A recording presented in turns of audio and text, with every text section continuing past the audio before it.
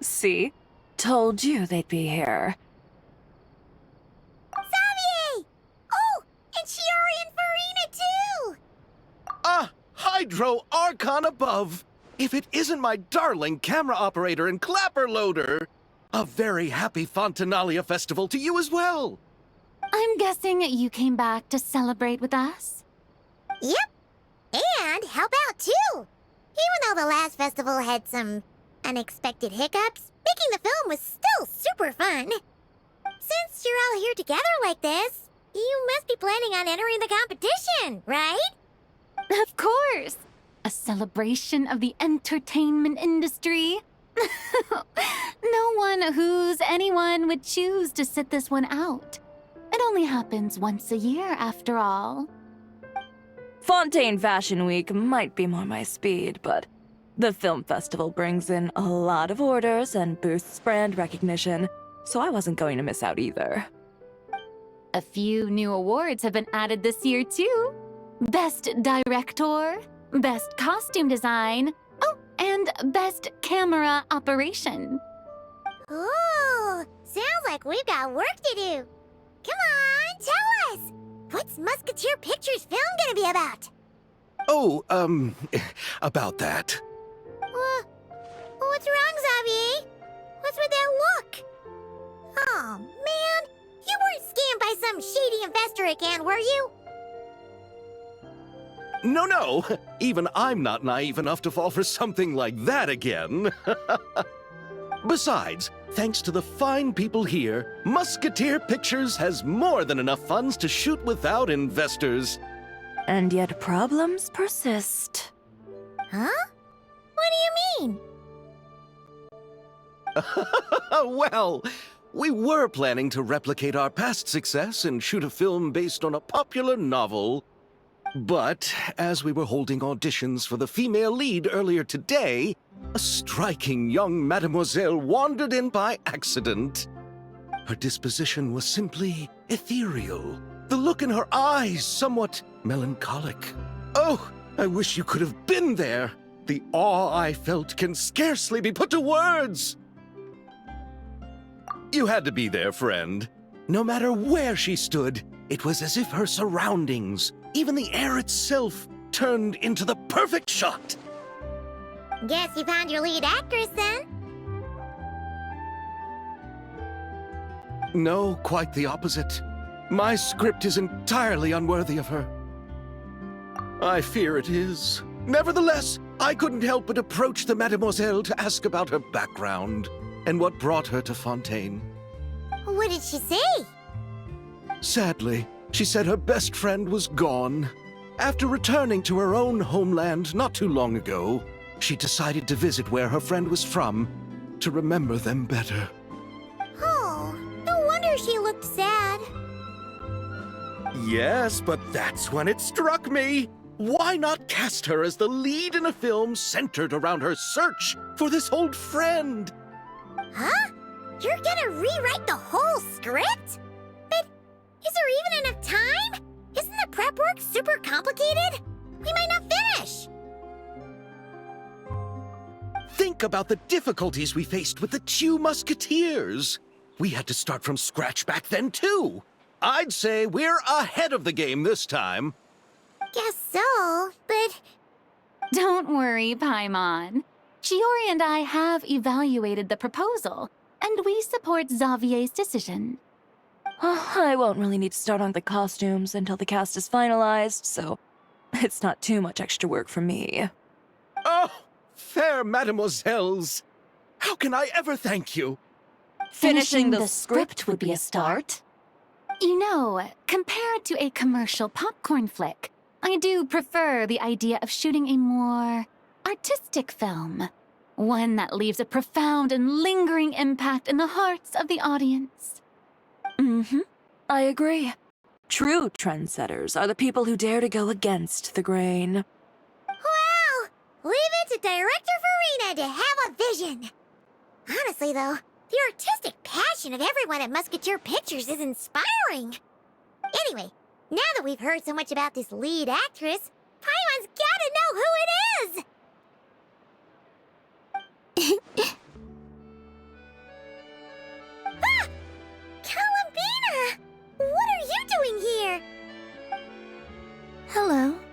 I was just walking past when I heard you talking about me, so I came over. Huh? You know Miss Columbina? Of course! Wait a second. Does this mean Columbina is the actress who inspired the whole rewrite?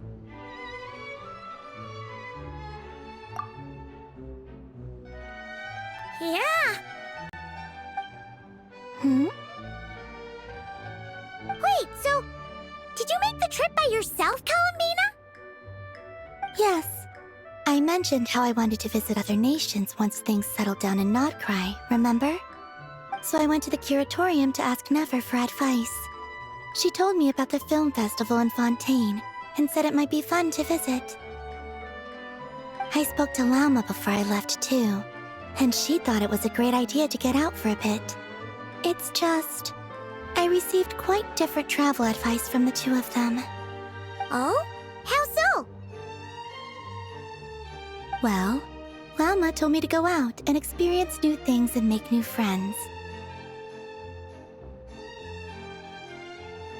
What a wonderful suggestion. That's how a trip should be. What about Nefer? She said, don't trust anyone and don't talk to strangers. Yep, that sounds like her. I can understand that too. It shows this Nefer cares about you a great deal, Miss Columbina. Yes, so I plan on combining their advice. All I need to do is turn strangers into friends, and then I can talk to them. Huh. That kinda makes sense, but also not. Hey, Chiori. Oh, look who's back. Happy Fontinalia Festival, you two. Oh, looks like we have a superstar in our midst. How about an autograph, Big Shot? Ha ha, very funny.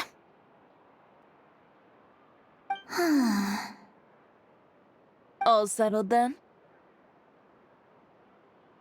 Yep, the Duke gave his blessing, and I cleared it with the Udex. During the festival, inmates with good behavior will get a chance to spend some time on the outside. Under the stringent supervision of the Special Patrol, of course. Risley! It's been a while! Happy Fontinalia Festival! Does that mean Veronique and her brother will be at the festival? During a specific window of time, sure. Doesn't hurt to give the inmates something to look forward to. A little sun'll do them some good, I think. This is a friend from your travels, I'm guessing. Thought I heard something along those lines. Right! We should make some introductions, huh? Chevros, Risley, this is Columbina, a friend we met in Nodcry. Welcome to Fontaine, Miss Columbina. I bet the weather's been quite an adjustment. Yeah.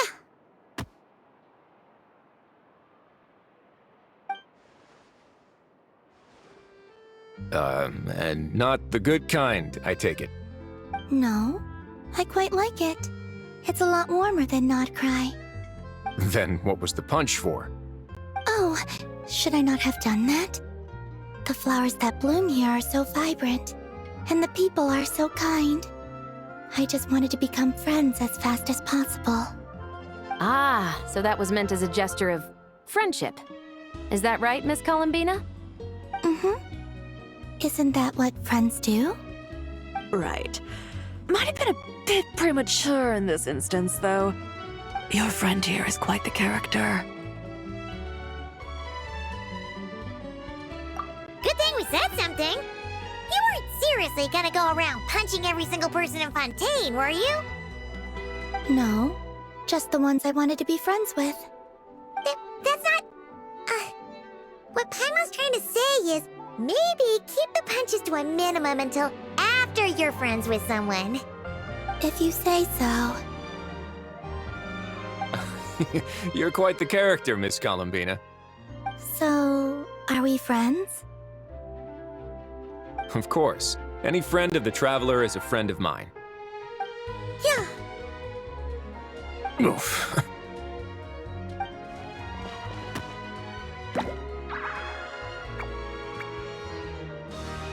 When it comes to friends, you sure know how to pick 'em. So Miss Columbina is the lead actress I've been hearing so much about.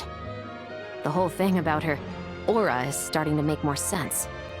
You gonna be part of the film this time too, Shivers? That was the plan. But now that Mr. Xavier has changed the direction, I don't think I'm in quite as many scenes. It's all for the best, though. A different crew asked me to help consult on some of their musket work. Oh, sounds like our trusty musketeer is as popular as ever.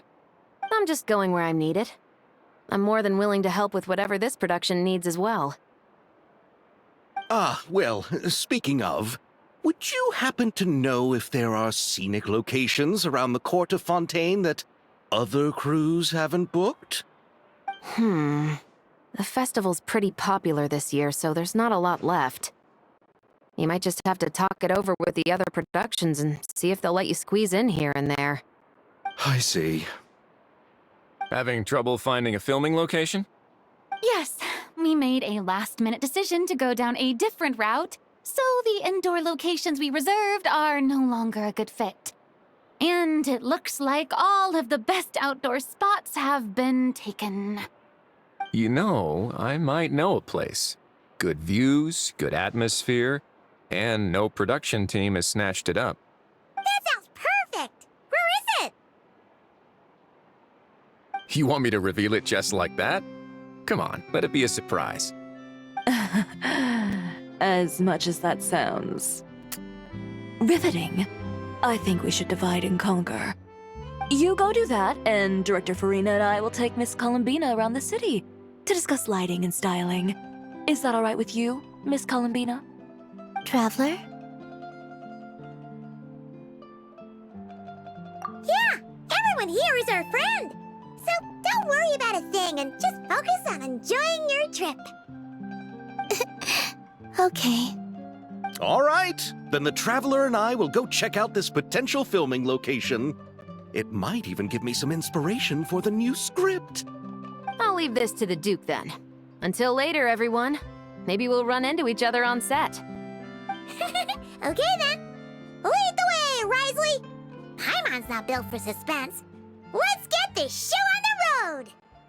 Who said anything about roads? Huh?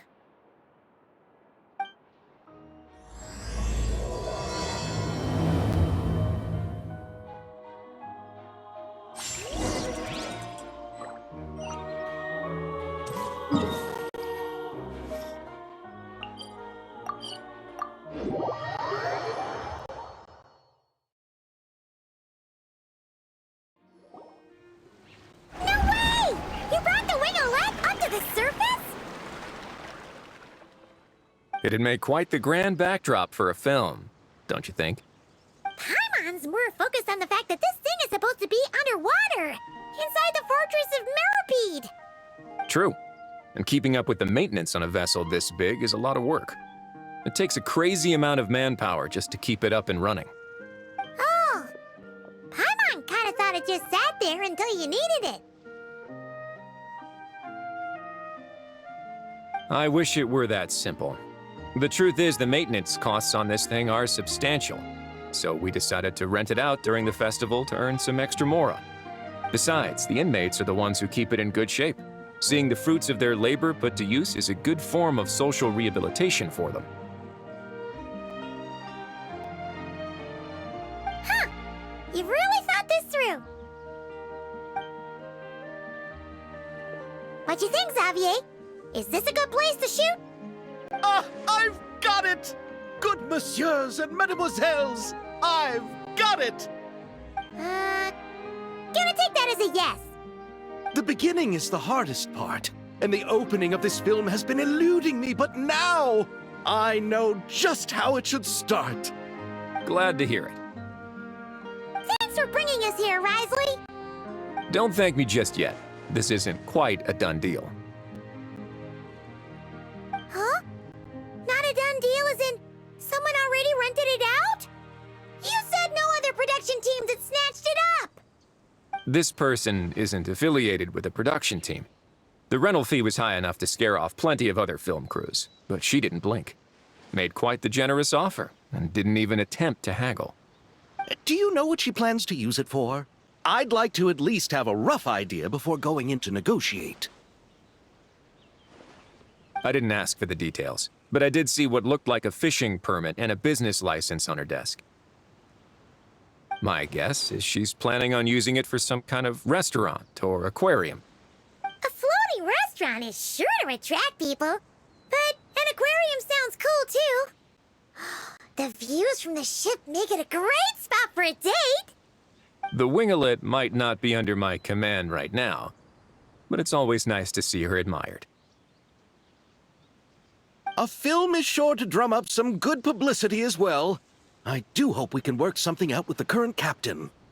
Well, guess we should head over and talk things out then. Best of luck.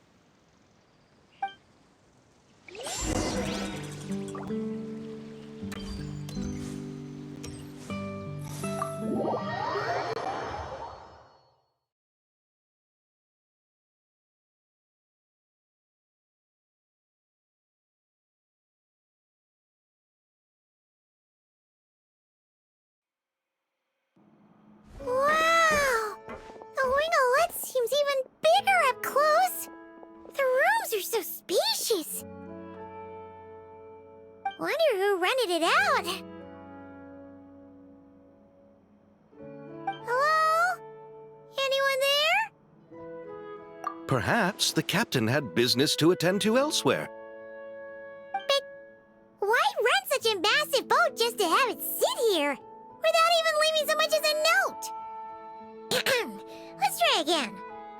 Anyone there? Hello? Seriously? Right now? What is it gonna take to get some decent sleep around here? Is a nap too much to ask for? Ugh. Sorry, the aquarium's closed for the... Huh?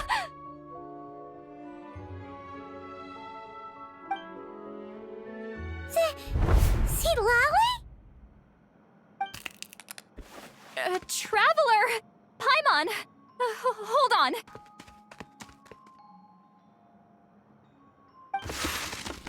Oh, this is just great! How am I gonna go out dressed like this? What happened to my regular clothes?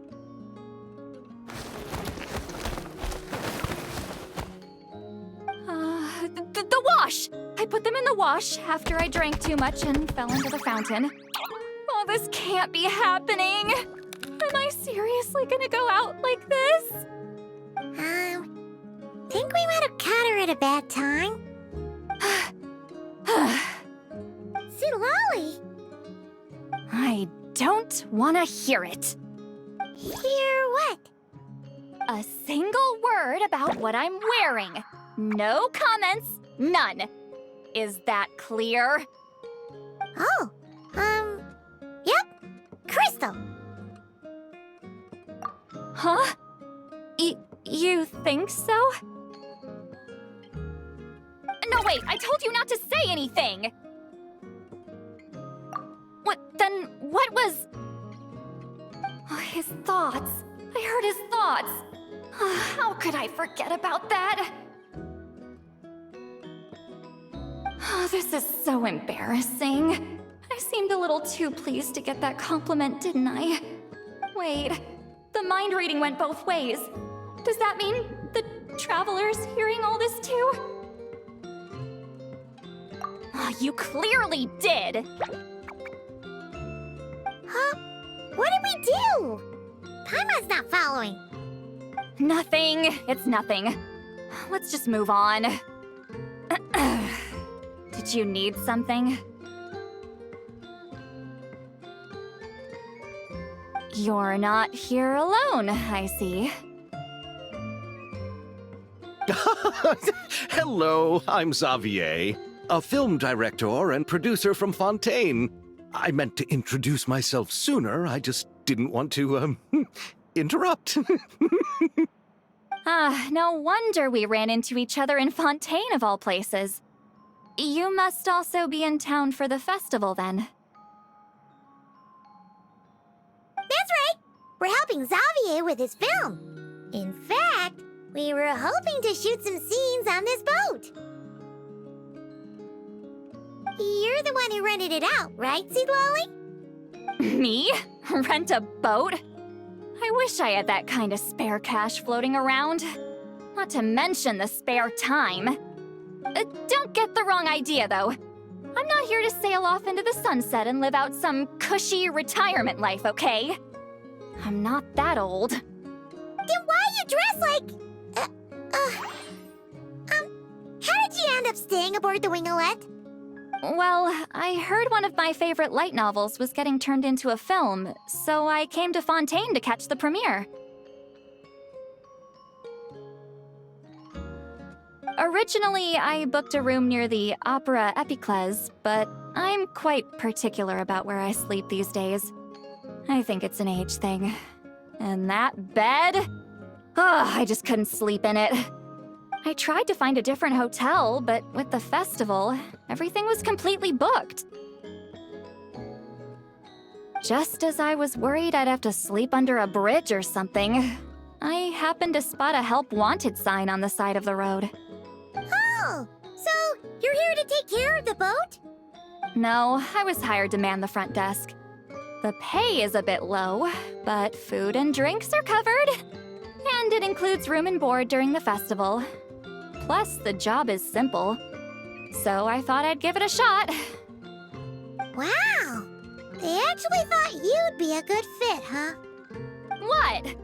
You don't think I'm cut out for it? All I have to do is tell people the aquarium isn't open yet. Other than that, I'm free to do whatever I want. It's a pretty sweet gig. That's all? Yeah, I was also kinda shocked. But it's not a lie. Head downstairs and see for yourselves. There's nothing but empty tanks. Not a marine animal in sight. Did your boss mention anything about being open to film crews using this space? Our production was hoping to film on the deck for a few scenes. No. That never came up. You could just ask her. Oh, she's around? What kind of person is she? We should know what we're heading into. She's nice enough, I suppose. Pretty reasonable, too. Even offered for me to move to a bigger cabin if I was too cramped. Back at the Masters of the Night Wind, I'm used to being the one giving orders. But working under her doesn't feel like being bossed around. She seems to respect what I think. Wow, she sounds like a great boss. She did tell me she'd rather not be disturbed, though. She's been working on an important project, so I'd keep it brief. Got it. Thanks for the heads up. All right, the captain's quarters are this way. I can take... Wait. But I'm wearing... whatever. I doubt she'll care. Just follow me.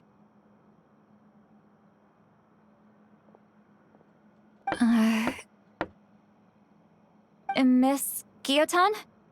These visitors were hoping to ask you about something.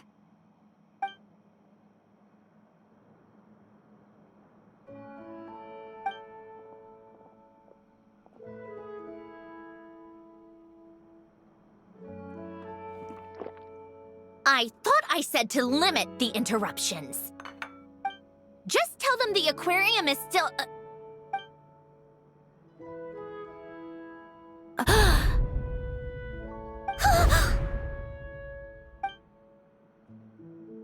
Sandrone? You're here! Huh? You know each other? Are you okay, Sandrone? Do you still remember us? Everyone was so upset after what happened. We all missed you so much.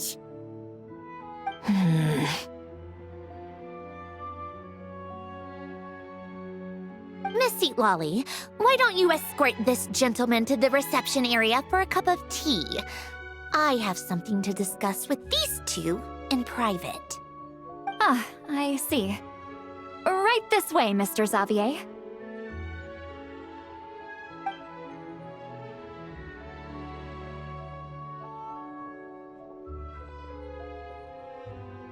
Sandrone? I really can't go anywhere without running into you two, can I? Are you okay? During the battle, your core... It was... Destroyed by that bastard Dottore. That's right. But as you can see, I'm fine now. No major issues. Or at least, there shouldn't be. Oh, what a relief! Oh, why didn't you tell us sooner? Or come back to see your friends? Now that I have the chance, I just want to say...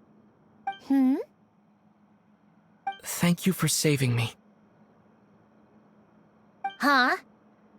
Don't get the wrong idea. I only saved you so we could complete that formula and defeat Dottore once and for all. Even if he did crawl back from the grave to make us all miserable again. That doesn't matter. You're still a hero. All right. But it wasn't just me. All I did was lend my brilliant mind to the cause and take care of one part of the plan. Although, I'm not denying it would have fallen apart without me. You got that right. You're amazing.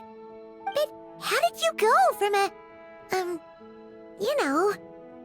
From a lifeless pile of scrap to looking like this? Well, my mom was trying to put it a bit more gently, but yeah. Where do I even start?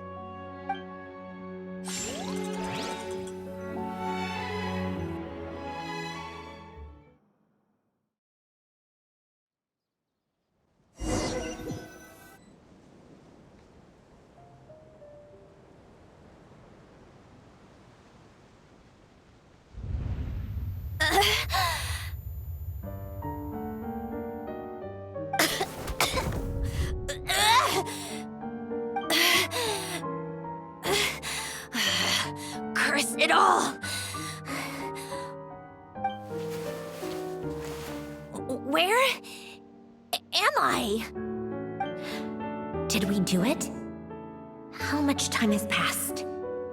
I'm not in one of that lunatic's experimental labs, am I? Wait, Fontanian decor.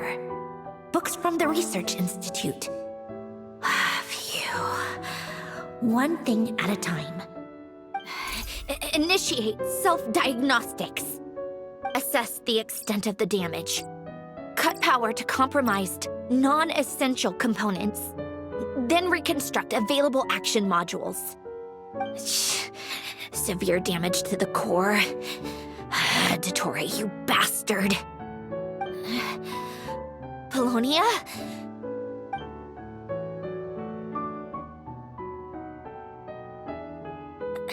Polonia, wake up! Activate!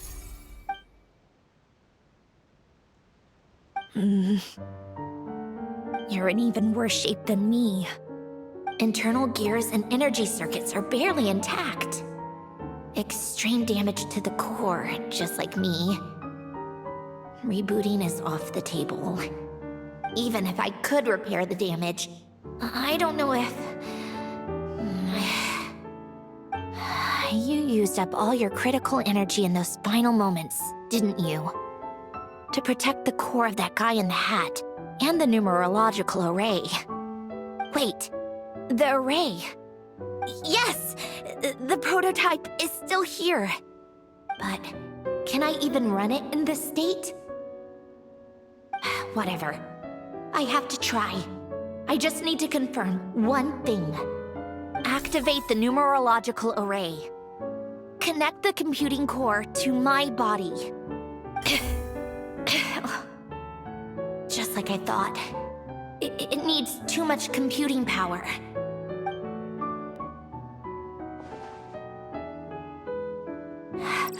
Cut off power supply to all functions except the thinking module. Please. I just need to ask one question. Initiate query regarding the 3 moon sisters. How many living moon goddesses are there in possession of the Trilunar Authority? 1. It worked. You did it, Columbina. You made it back. But how did I survive? The self-diagnostics showed damage severe enough to shut me down for good. What triggered the reboot? Huh? A built-in message? Only visible after a core reboot. The final gift. Alen! Were you the one who gave me the second chance? But why now? What activated it? What is that? A vision? Wait, no. It's a stellar linchpin?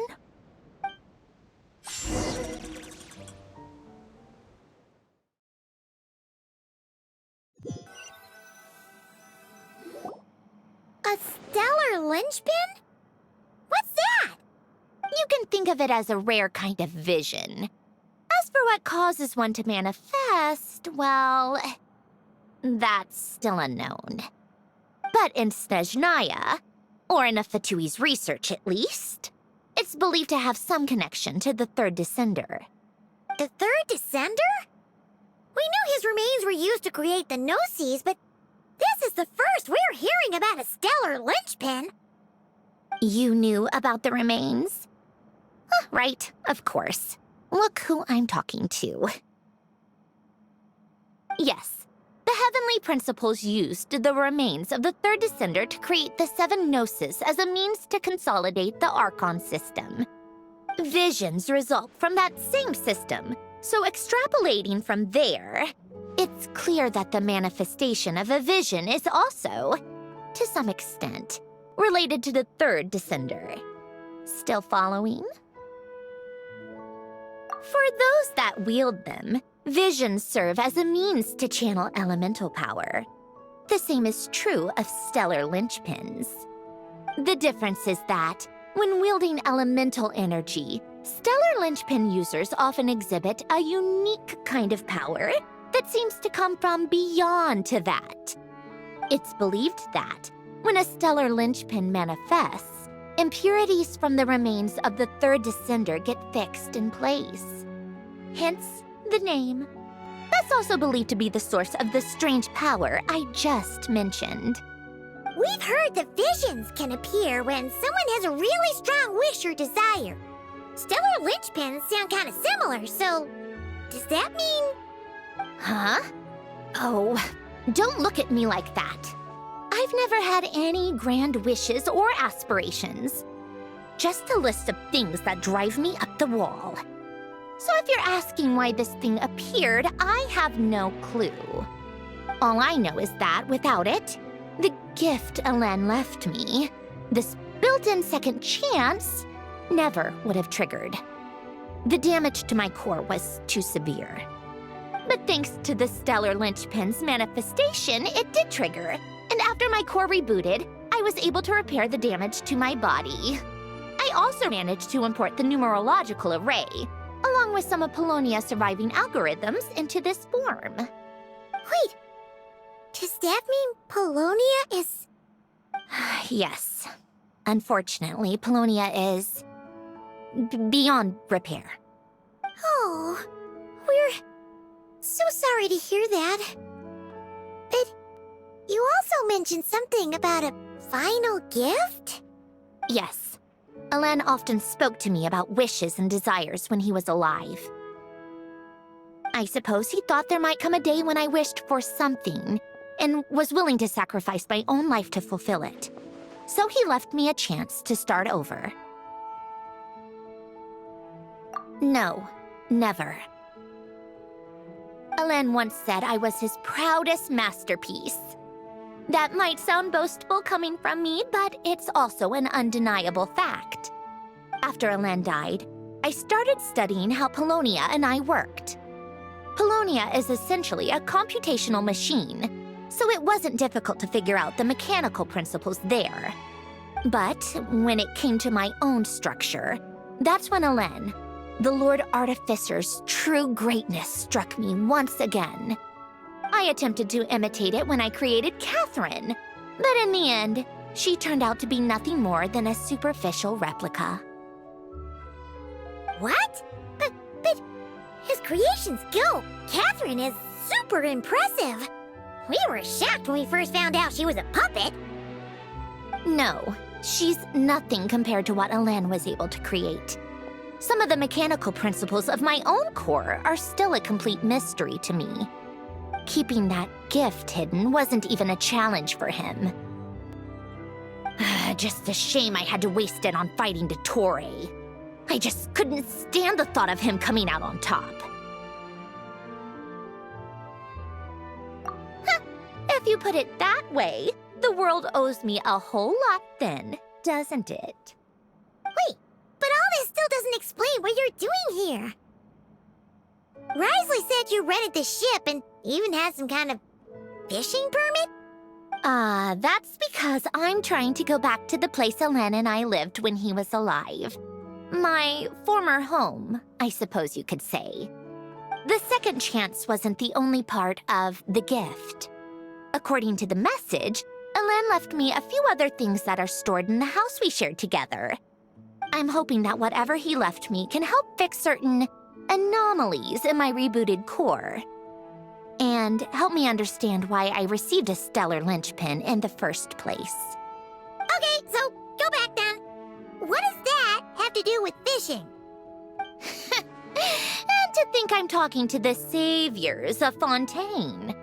Did you forget that the water levels have been rising for centuries? I can't just go back to the place I used to live because now it's underwater. Oh, right. With the rising water levels and changes in terrain, it's not just a matter of finding where it is, but also clearing away any sediment or debris. But Fontaine law prohibits unauthorized individuals and organizations from excavating underwater ruins. A Melazine caught me the minute I even made an attempt. Why not apply for authorization then? And face the endless slog of Fontainian bureaucracy. No thanks. Besides, I'm a Fatui harbinger. The diplomatic implications alone would be enough to give the gestionnaires at the Palais Mermonia a headache. A fishing permit, on the other hand, isn't difficult to obtain at all. Minimal paperwork required, and under the name Guillotin, the application was a cinch. So you're exploiting a legal loophole? Am I?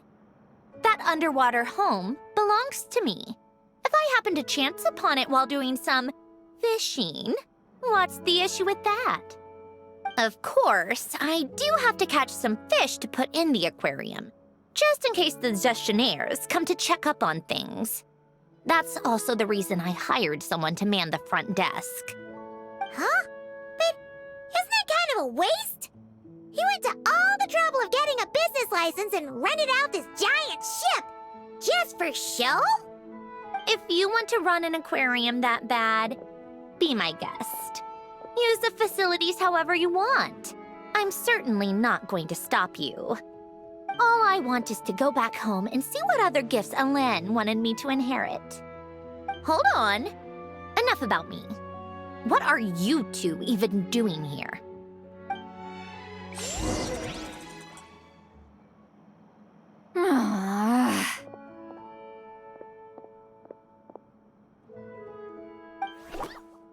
Seriously? They've been in there forever. The reaction when they saw each other was strange, to say the least. They're lucky I was nice enough to leave the room and give them some space. Back in the Masters of the Nightwind, I'm the one who gets to kick people out. I just want to know what they're talking about. Should I cast a little eavesdropping spell? Oh, no, what am I thinking? I'm Granny Eastley, the great shaman of the Masters of the Nightwind. I can't do something like that. This is just ridiculous. Making me wait out here for so long? Where's their respect for their elders? Oh, Here they are. Were you back there arguing or something? What took you so long? The two of you are already acquainted with Miss Guillotin, then? Oh, yep. But don't worry, we got everything sorted. Sandrone agreed to let us shoot on the ship, but it has to be when she's not here. When she's not here? That's right. You'll excuse me if I didn't exactly ask for this little reunion. I wasn't planning on seeing anyone. Like I said, my core is severely damaged. Even with the gift, there are anomalies that are making things unstable. I don't even know if I can continue to function without issues. So the priority is to fix these anomalies and get answers to my own questions. Then, I can see the people that need seeing. Anyway, just let Sandrone know when you plan to film Xavier, and she'll, steer clear. I do hope I'm not causing Miss Guillotin too much trouble. No! She just wants to keep a low profile for her own, complicated reasons. She doesn't want anyone else to know she's here. Understood. I'll be sure to keep that in mind. Oh, and see Lale? Huh?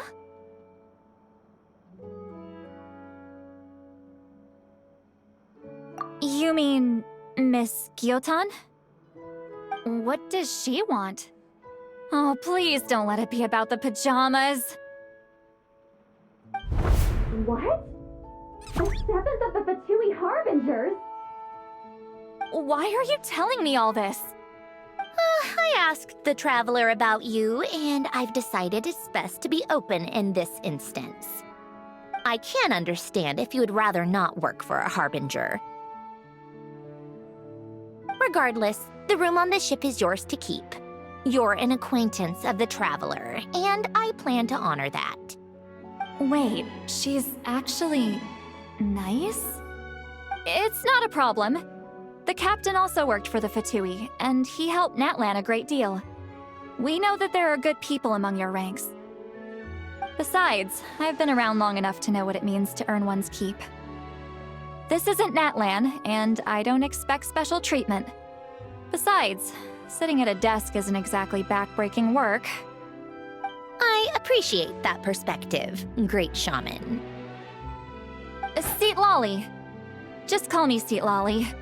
That title makes me sound so... old. Well, Seat Lolly, the Traveler and I are looking for something, so we'll be heading underwater together soon. I'll leave the ship in your care while we're gone. Together? How often? Not too often. We're heading out in a bit, but I'll be available if you need something. You couldn't, go alone?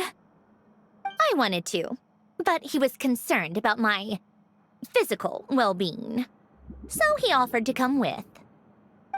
Guess my mental well-being means nothing then. Huh?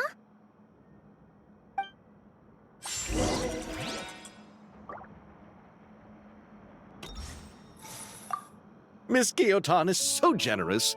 We talked it over, and she agreed to let our crew come over and do some test shots while you two are out.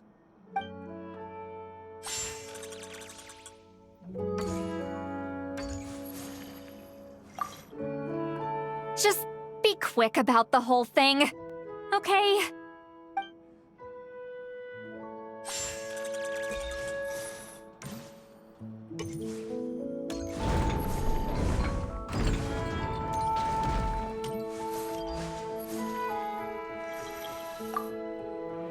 All right. Our first stop is the Beryl region. After Alain left the Fontaine Research Institute, he lived in seclusion somewhere around there.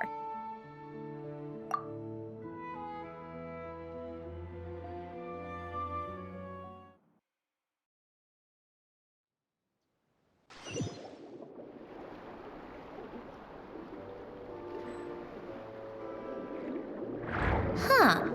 This place has changed a lot. Guess I really have been gone for a... Let's look around and see what we can learn. Oh, and don't forget to catch a few to take back. We need to keep up appearances, remember?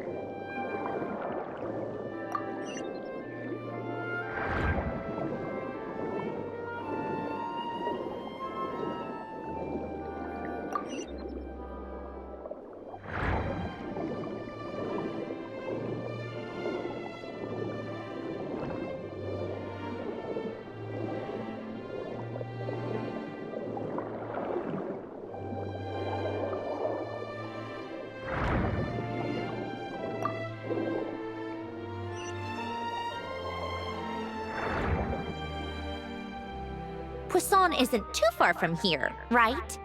It's all a bit nostalgic, I guess. Back when I lived here, all this was still above water. All right, I have a general understanding of the terrain changes and sediment accumulation.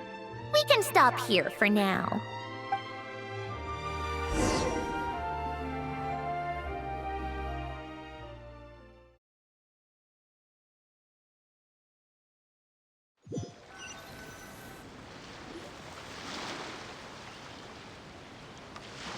That went smoother than expected. I appreciate the help. No problem. You doing okay though, Sandrone? Seeing your home look nothing like you remember, that can't be easy. I'm fine. Times change. People change. That's the one thing you can actually count on. I made peace with that a long time ago. You should head back and put them in the aquarium tanks. We finished ahead of schedule, so your crew is probably still on the ship. I'll follow in a bit. Right. Xavier said he was gonna test out a couple of shots.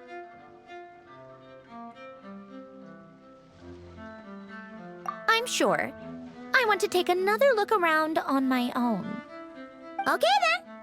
Want us to let you know when the filming is done? No need. Columbina relies on Kuvaki to perceive her surroundings. In Nodcry, her senses are heightened because Kuvaki is everywhere. But here, as long as she doesn't activate her abilities, her range of perception should be equivalent to an average person's line of sight. I figured that out back in Snezhnaya. That's oddly specific. I have hiding from her down to a science. So, what? Things might be a bit different now that she's merged with the Moon Sisters, but I doubt there's been a drastic change. The point is, you two can head back. Don't worry about me. Okay, if you say so. Come find us on the ship if you need anything.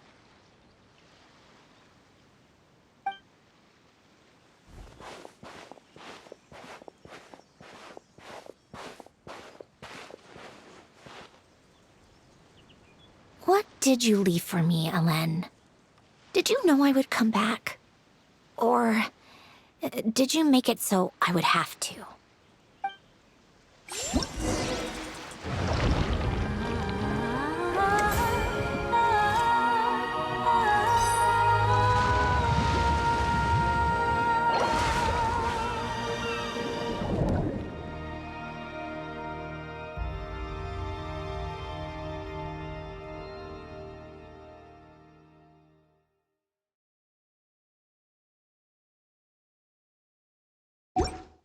Would you like to go moon gazing? You can sit in my rocking chair and admire the view.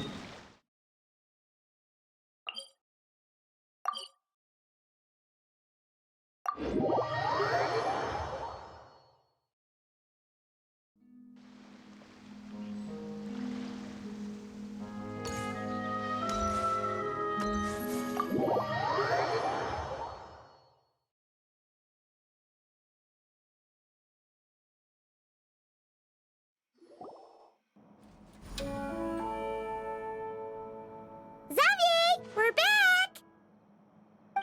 Shh! Quiet on set! They're filming over there.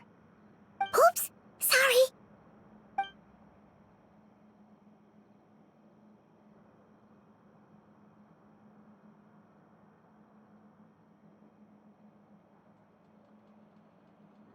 What's your take, Detective? Bullet wound to the chest, gunpowder residue on the clothes. The victim must have been shot at close range. You think it was someone they knew? Yes. It's possible the suspect arranged for them to meet at this very spot. A reasonable deduction. But you're overlooking a crucial clue. What? The victim's pocket watch is missing. And cut! I think we got it!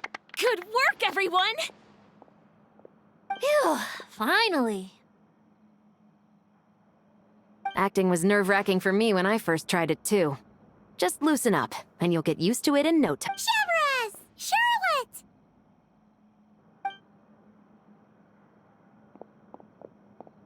Oh, hello there, you two. You're filming here too? Oh, so Charlotte's crew must have been the one that asked you to help out, huh, Severus? Yep. They heard about a potential filming location and wanted to come check it out.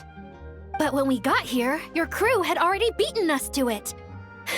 Luckily, Xavier and our director, Lapine Pauline, go way back. In the end, we agreed to just share each other's filming locations. Considering all the last-minute changes, that's just what Musketeer Pictures needed. For sure!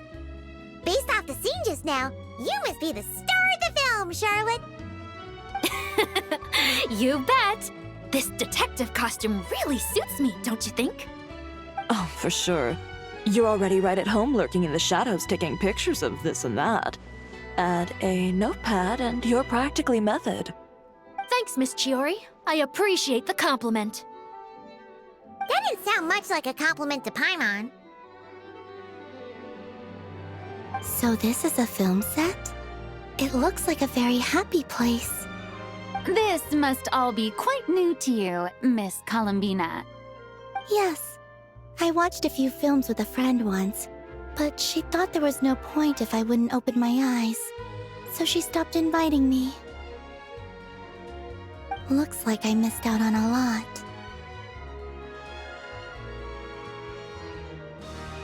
True, but being an actor seems like a tough job.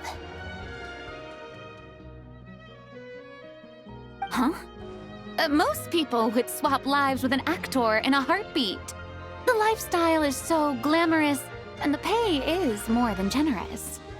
But they have to act out lives that aren't their own, with the whole world watching on in judgment. If they don't do it justice, it must feel like they're letting people down. That's exactly how it feels. This young lady has quite the unique perspective. Well, that's true. But these actors are here because they want to be and they think it's fun. Most of them, at least. Not to mention, the film we're shooting is based entirely on you, Miss Columbina. You just need to be true to yourself. I don't have to pretend to be someone I'm not? Not at all. Authenticity is what we're after. For example, this first scene opens with you on the boat, sailing to your friend's homeland. You just need to think about that moment in the story and picture how you would feel. Oh, okay. We're all here? Wonderful! Let's head to the deck and get shooting. Oh, and this is for you, dear Paimon. Your clapperboard.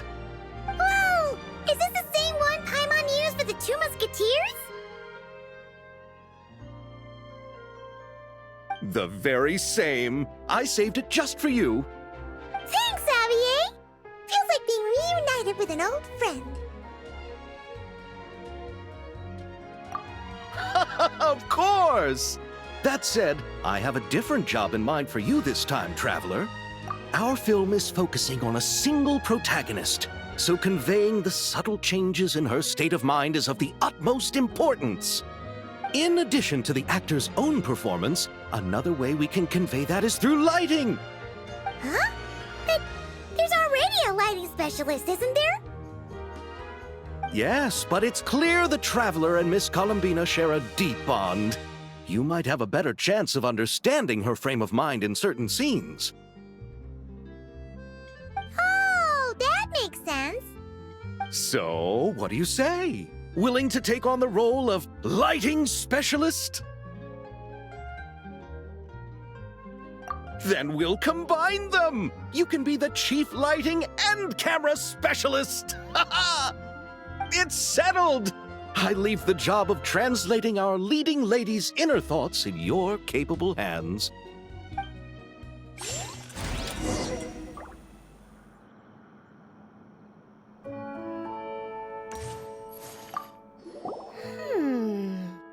Seeing all the sets in place, things are looking even better than I expected.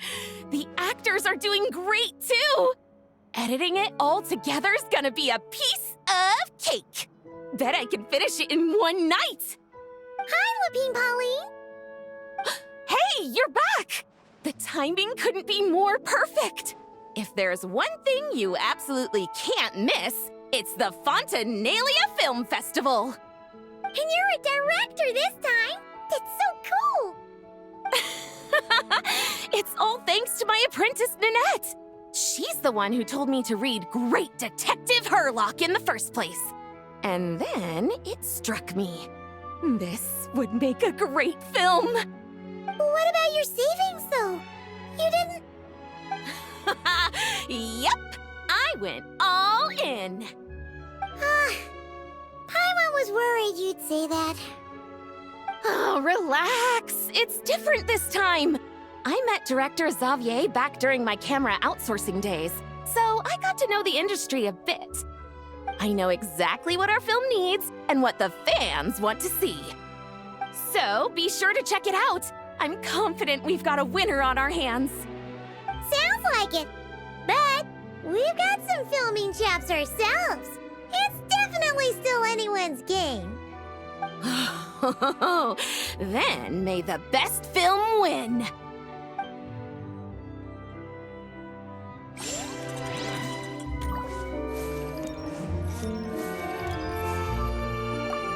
Oh, I didn't expect to run into you two on set. Happy Fontinalia Festival. Nice acting back there, Charlotte.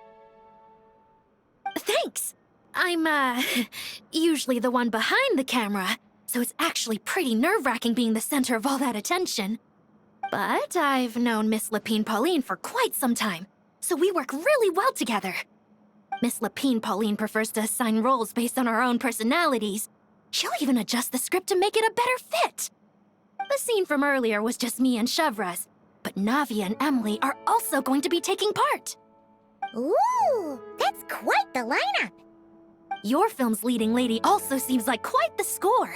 Just on first impressions alone, it's clear she's someone special. Guess we'll just have to wait and see who wins Best Picture and gets to go home with the Farina Award.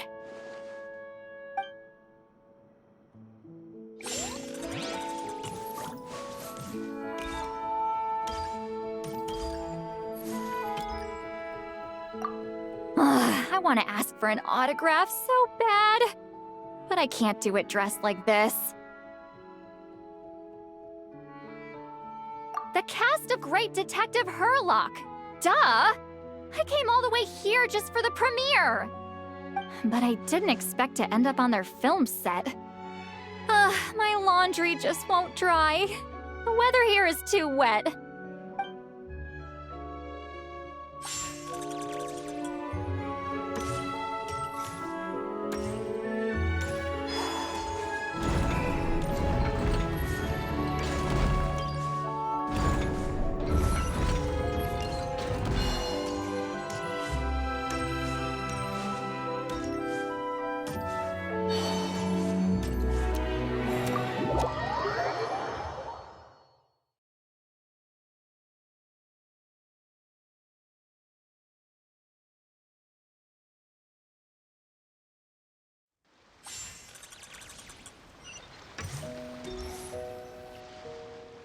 All right, without any further ado, it's time for production on our film, A Homecoming, to officially begin! Turning it over to you once again, Director Farina. All right. Positions, everyone! Camera operator, clapper loader, get set up. Let me know when lighting is good to go.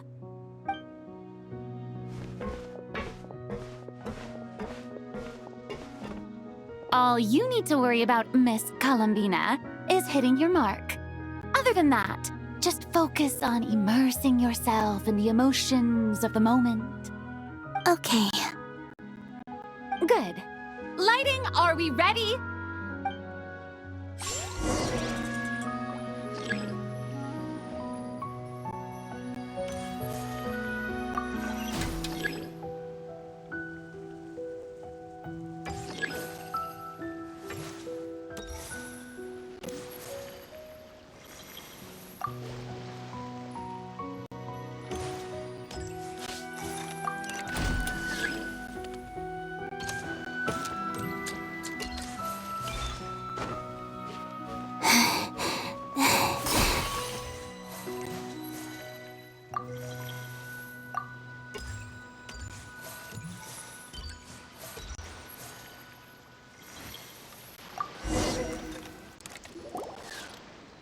Ready. All right, quiet on set. 3, 2, 1, action! This is her homeland. Columbina. Cut! The emotions I'm looking for were definitely there. Let's just try to keep it a bit more natural. Oh, but definitely keep that gesture at the end. I loved how real it felt. You looked genuinely moved. All right, if you're ready, let's go for another take. Miss Columbina? That presence. It kind of felt like... Sandrone?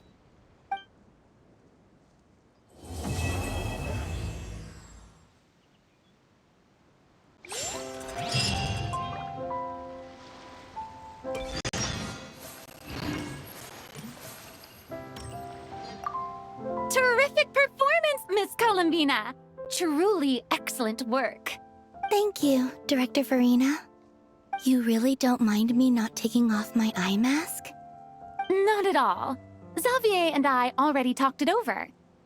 The character is based on you, so there's no need to change what you're accustomed to doing. Besides, the mask could become one of the defining traits of our film's leading lady. Just like you suggested, we'll leave the reveal to the more important moments.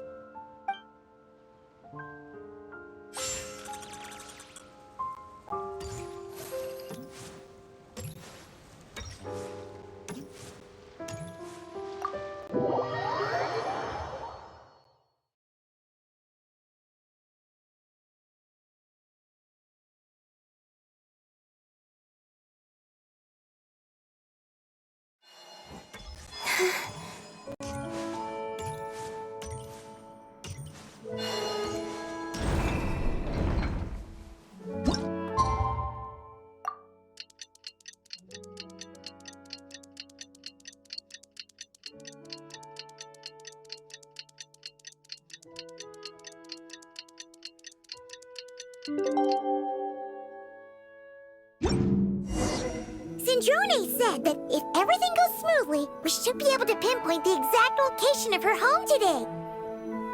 Let's head to the Wing-O-Lette and meet up with her.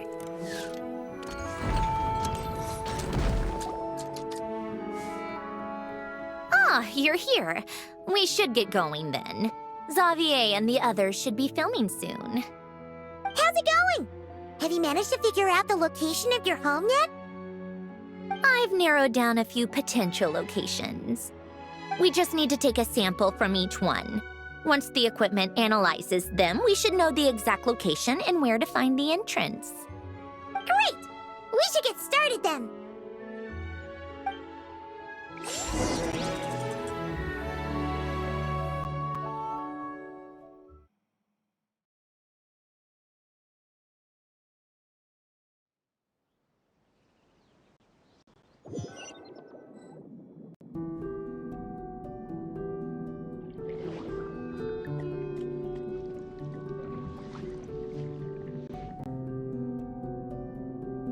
right, let's get a move on.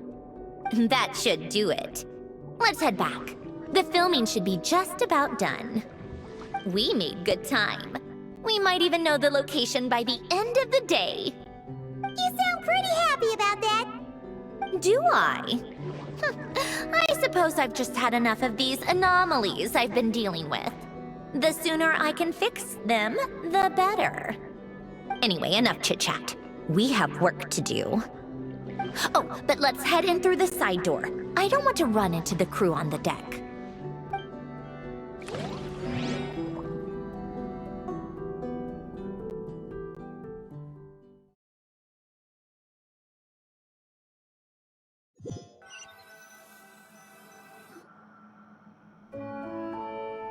All right, now we just need to wait for the results.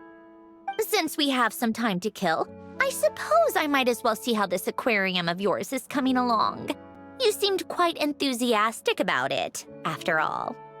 It's really coming together!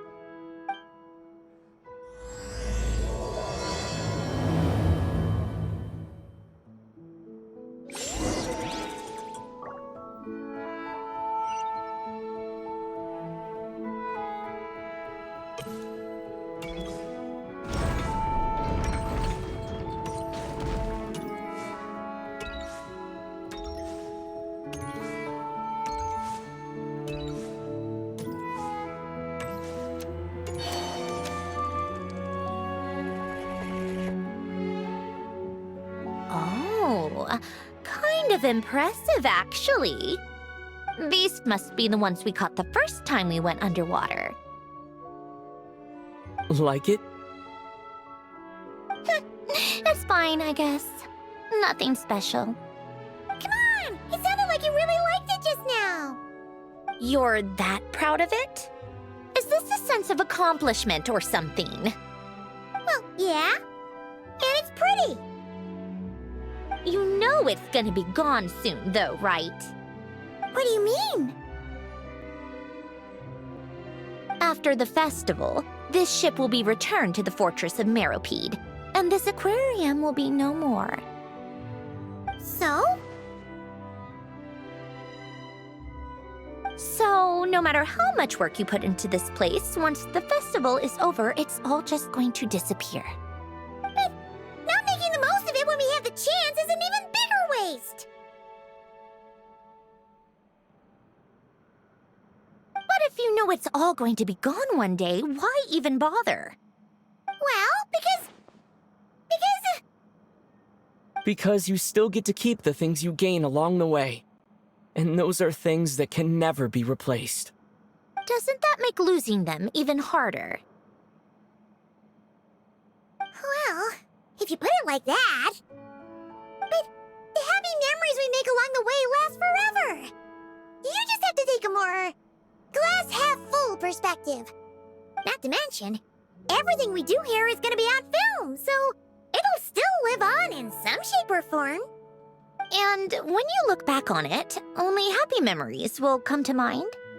Exactly! So it's about finding joy in the process itself. Traveler! You're back already?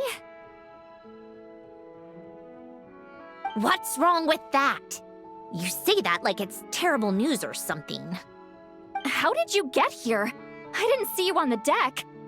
Oh, never mind. We need to help Miss Guillotin hide ASAP. The crew is heading over here to shoot any second. What? They should be done by now. There was a mishap earlier that cost them some time. I was waiting on deck so I could warn you the minute you showed up. Anyway, you should head back to the captain's cabin right away. They're gonna be here any minute now. Ugh, finally! That's a wrap for the scenes on the deck. Wouldn't have taken half as long if the wind hadn't snapped our equipment in two. Uh-oh! Too late! Change of plans then. You'll just have to hide. Hide? And where exactly am I supposed to do that? Oh, there's a box over there! You can get in that! Huh? You expect me to... Do I need my makeup done for the next scene too? For the love of... Let me see. Maybe just a quick touch-up. Huh? Traveler and Paimon? What are you doing here? I thought you took the day off to take care of something. Huh? Oh, well, it didn't take as long as we were expecting, so we came back early. What about you guys? You're still not done shooting for the day? No, we ran into an issue that, set us back. It meant Miss Charlotte's crew wasn't able to wrap either. We both still have scenes to shoot in this aquarium. Oh, that's not ideal. For several reasons. Let us help then. The sooner we wrap, the sooner everyone can get some rest. All right. Thanks, you two. Miss Charlotte's crew can go first then. If I'm not mistaken, you still have a night shoot later. Thanks, Director Farina! Of course. Fellow artists should help each other out where we can. Agreed. Well then, camera, lights, get set up. Actors, give your lines a quick once-over. Let's try to get this in one take.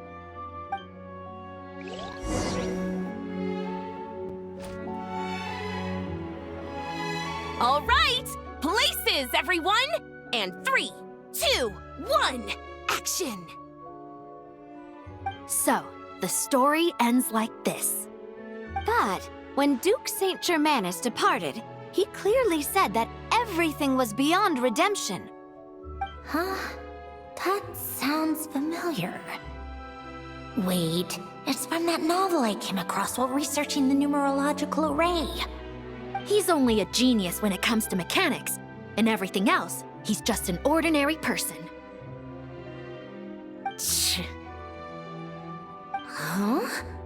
What was that noise? Whatever, I'll just fix it in post. Mr. Koba, please don't speak as if I were the accomplice. Not so hard. This box isn't sturdy enough for that.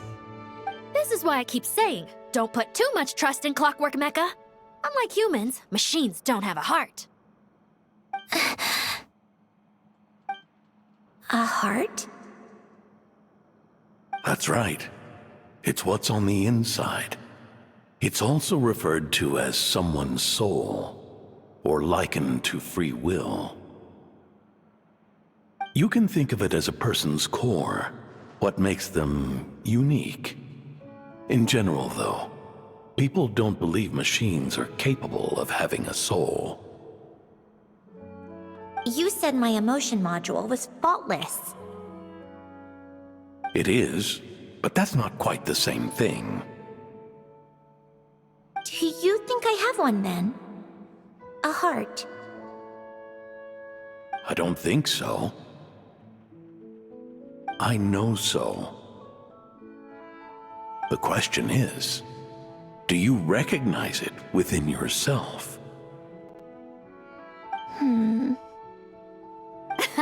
That's where you're wrong. I can't believe this. Forcing me to hide in a box and listen to this drivel. Me. In the end, clocks tick through tranquil years. Fish swim in crystalline springs.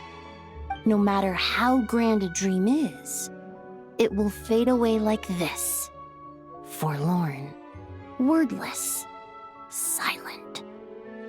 And cut. That was a long one. What did you think? If she makes them do another take, I'm going to flip a lid. And not just the one to this box.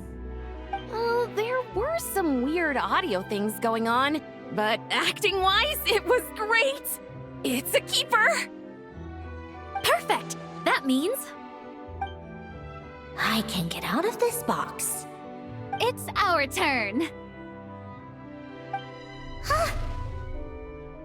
Camera operator, set up for the next scene.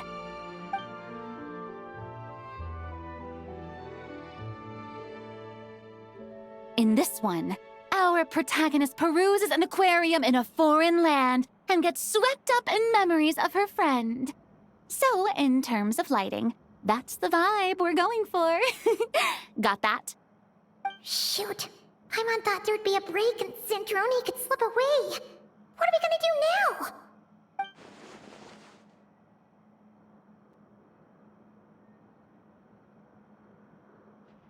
Break a leg! Yep, we're headed off to shoot our next scene.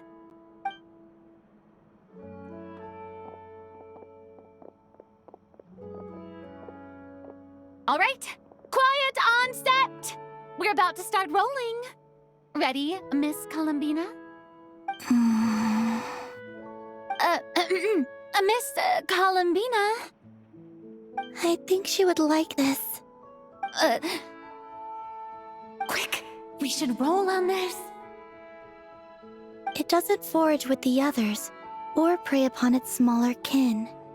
Instead, it remains where it is, cradled in the coral's quiet beauty, as though the raging cyclones above are of no consequence. And yet, she still stood before the cyclone in the end. So I think that story has it wrong. She is no different than us. She has a heart. Columbina.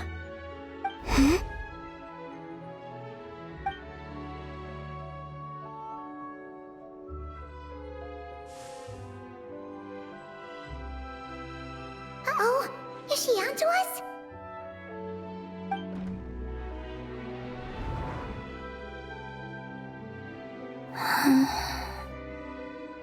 What is she doing? Cut! You okay, Columbina?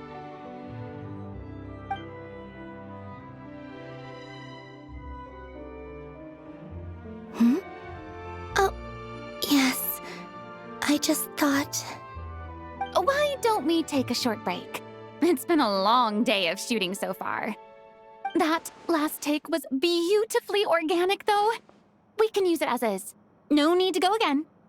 Thanks, Director Farina. But I'm fine to continue. You're sure? In that case, let's shoot some quick B-roll. Then we can move to our next outdoor scene.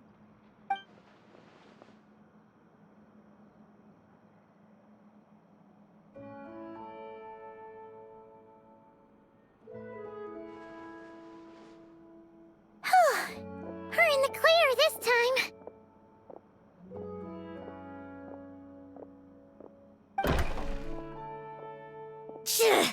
Ugh!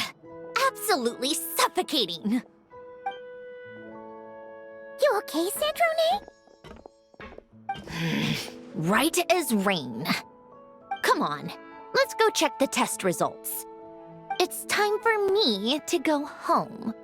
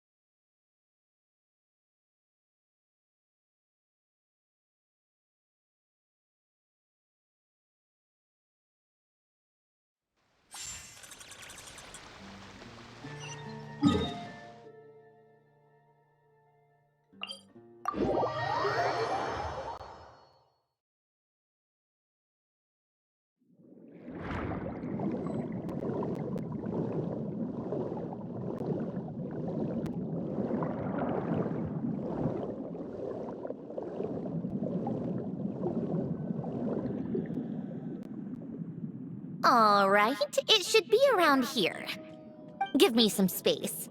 I'll activate the water insulating mechanism.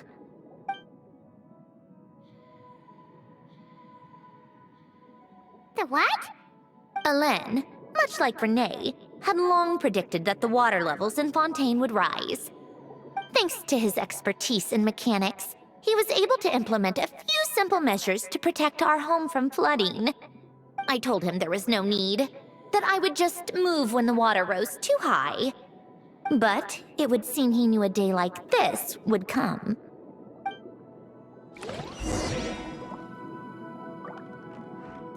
All right, the silt has been cleared away.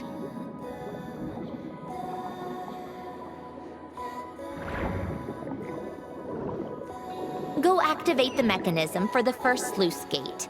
That will fill the empty middle chamber with water.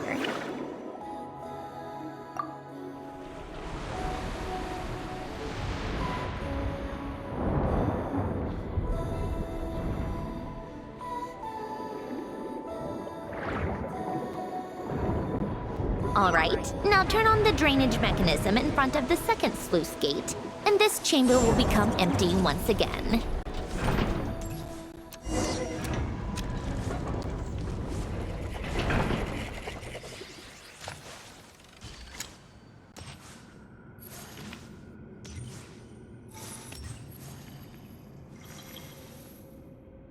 So, this is where you used to live? It's beautiful! There's even a garden! Back when I lived here, it was my job to tend to the potted plants and flower beds. Still growing strong even after all this time. Who would have thought? If the weather was nice, I would take Alen out in his wheelchair and we would go for a walk. Before long, we started bringing Polonia along too. Come to think of it, I was the only one who could get around easily back then. Polonia always got stuck at some point, and it was up to me to launch a rescue mission. Happy? I suppose they were. Uneventful, but pleasant. Repetitive, but peaceful. It was like living in a world where time didn't exist. Of course, that was all just an illusion. Death still awaits all of us at the end. Oh. All right, enough standing around. Let's head inside.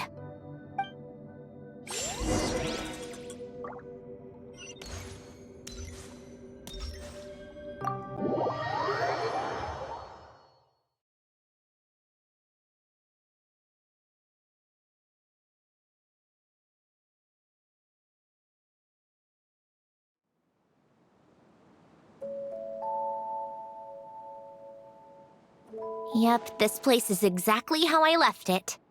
Nothing has changed. What is it? Huh? How did you get... Oh, Arlecchino gave it to you, didn't she? And you... read the whole thing. Just so you know, a lot of that was written a long time ago. At that very desk, to be exact. Anyway, since you've already read it, you should just hold on to it. I can always start a new one. Well, feel free to look around. I'm going to start looking for the gift Alen mentioned.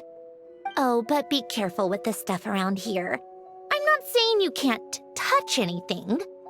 Just try not to choke on the dust. Old notes.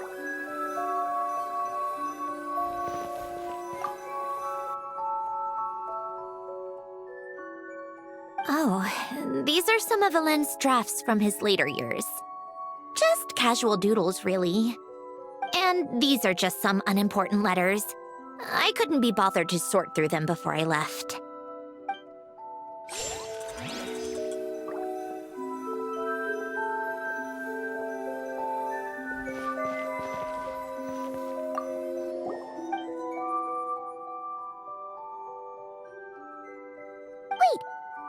People in this picture look kind of familiar. Oh, this was taken when Alen and Renee were both still at the Fontaine Research Institute. Before their falling out. In his later years, Alen would often sit by the fireplace and stare at this picture, wearing an expression somewhere between guilt and longing. He said he sometimes regretted not helping his friend when he needed it most. Even if just to stop him.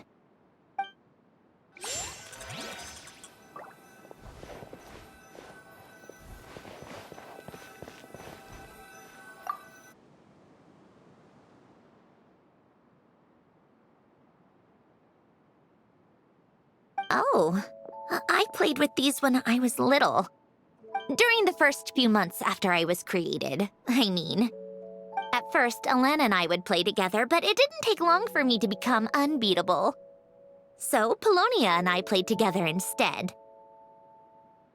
Yeah, these don't look like Paimon's kind of games. Logic and math puzzles? Those happen to be my specialty. It's been so long. What do you say? Should we play a few rounds? Let's go with this one. The gears on the left are stacked from largest to smallest. The goal is to move them to the other side in the fewest number of moves. Just remember, you can't stack a bigger gear on top of a smaller one.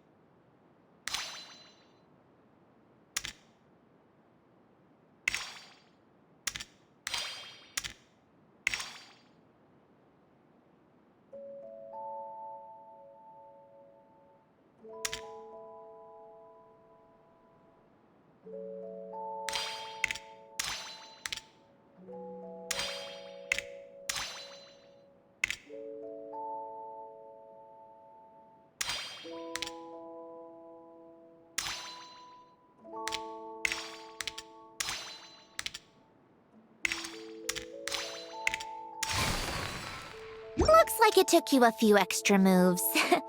My first attempt was the same. You'll get better with practice. Well, what did you think of the game? You showed quite a bit of promise, too. We should do this again sometime. There are other puzzles we could try.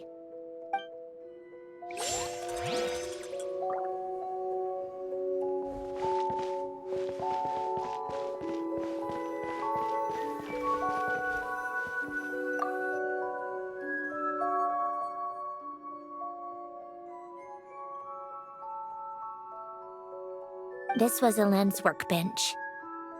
Later on, of course, it became mine. It's where both Polonia and I were brought to life. Before Alen was bedbound, this is where he would teach me about mechanics. I would sit and listen, chiming in with questions here and there. Later on, when he got too sick, I took over and would work on Polonia here.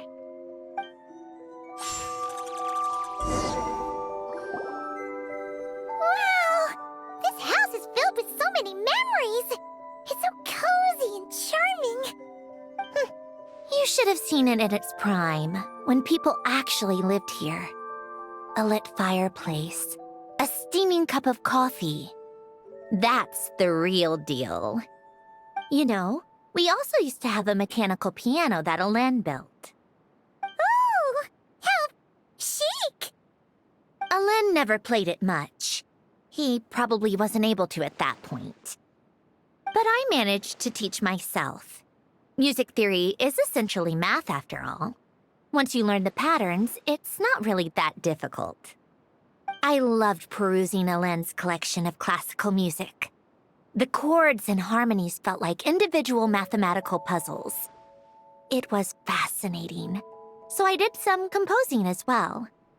But as Alain continued to deteriorate, even the sound of music began to grate on his nerves.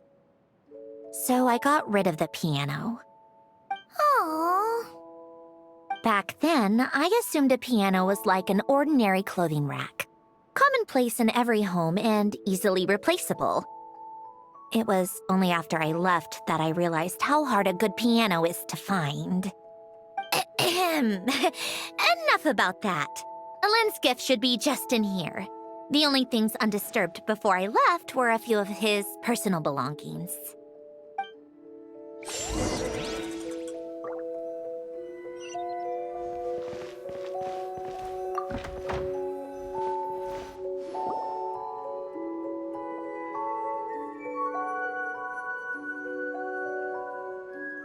Wait, there's a hidden compartment at the back of this box. Looks like it's locked with some kind of gear mechanism. Knowing you, Ellen, I'm guessing it goes like this, then like this. Got it. Am I a genius or what? Let's see here. A box? Well, you gonna open it?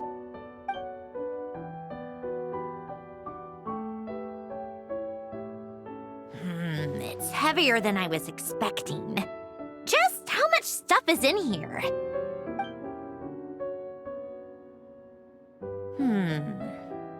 A letter? And a bunch of junk underneath it. None of it seems that important. Wait a second. This should be it. A cube? It's a multidimensional algorithmic core. Ellen would use it to store information. Only Polonia and I have access. All right, I'll start looking into the core and the letter. Feel free to go through the rest of the stuff and see if there's anything useful.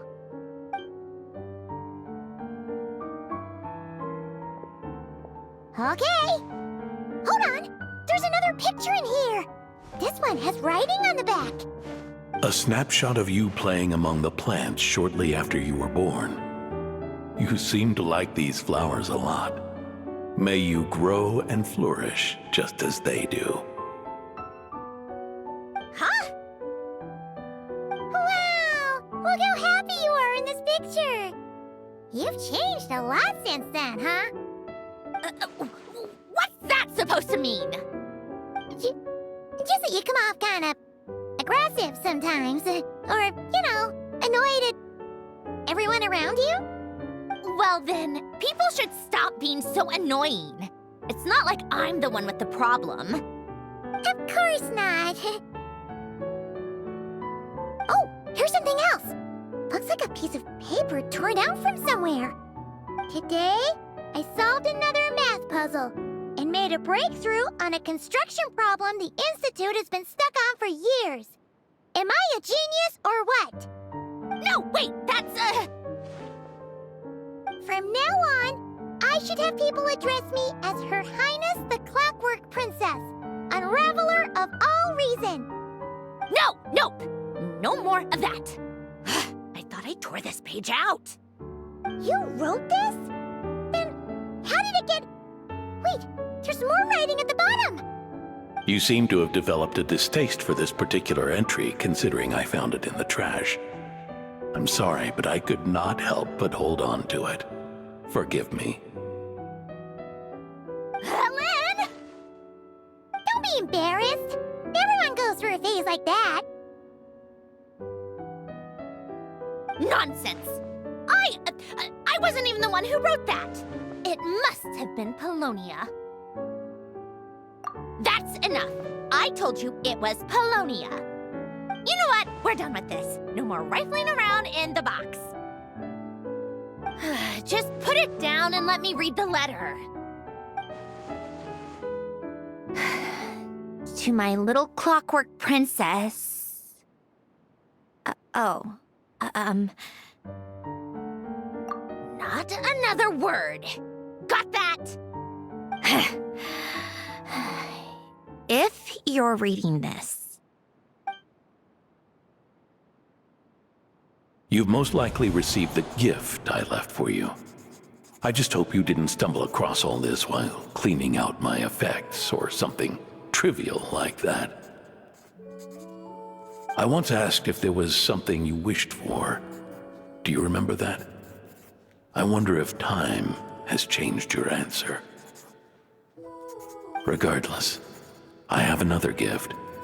A formula that will allow you to come face to face with the anomaly inside of you. If you even still call her that. Why this gift?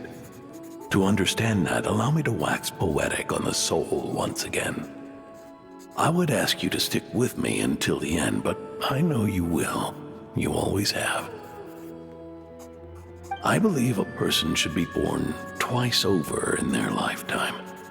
First, there's the birth that grants us life, then the birth of the soul. It's a matter of transforming the life bestowed upon us into the life we choose for ourselves. And to do that, we must look inward.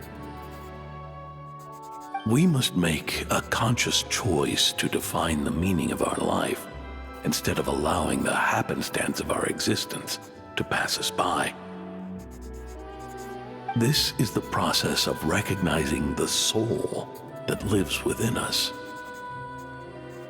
You are my proudest masterpiece. I told you that long ago. But to me, you have never been a creation or a machine. To me, you're just like the rest of us. You have a heart. In fact, some theories think of the human brain as nothing more than a machine, and thought the product of its computations. So you see, perhaps we're not so different after all. Your inner machinery is just far more advanced than most. No matter how one looks at it, the heart is a complex thing, a place where logic and reason collide with our emotions. Your computational capacity allowed you to become sentient and develop logical reasoning. But it also granted you something that, on the surface, might seem contradictory. Emotion. Emotions and logic often clash with each other, and those instances of discord can accumulate over time. That is the source of what you refer to as the anomalies within you. As you told me once, you've always known what you don't want, yet you've never wished for anything in particular. Similar to how a blind person can feel when a part of their body is in pain without being able to fully visualize its form, such is your relationship with your soul. So, what I leave you now is this: a formula that will allow you to see the shape of your soul. For if you want to protect your heart, you must first be able to recognize it within yourself. Of course. Whether you use it is entirely up to you. You are, and always have been, free to do as you wish. Regardless, whether by my formula or some other means, I trust you will know your heart one day. You always were a fast learner, and the smartest person I've ever known. Ellen. Oh. I'm fine. I've already figured out how this formula works. Let's get out of here and then we can use it. You made up your mind already? You're gonna do it? Why wouldn't I?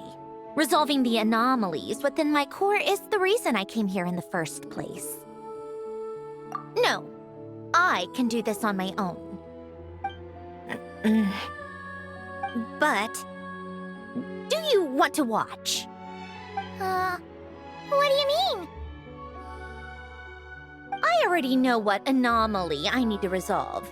Like Alen said, she's an amalgamation of all the times my logic algorithms have clashed with my emotions. And by resolve, you mean that literally, or...? Yes. But if you, let us in like that, wouldn't that mean letting us see a bunch of your, you know, inner thoughts and secrets? If what Alen said is true, then I'm about to be... born anew, or whatever. This is your chance to be lucky enough to witness it. Besides, you already read my whole diary. When it comes to keeping my innermost thoughts to myself, well, I think that ship has sailed. You're really sure about this? How many times do I have to say it? I finally let you in as, friends, and you want to question it. I'm not gonna offer a second time. Enough with the mushy stuff. Just follow me.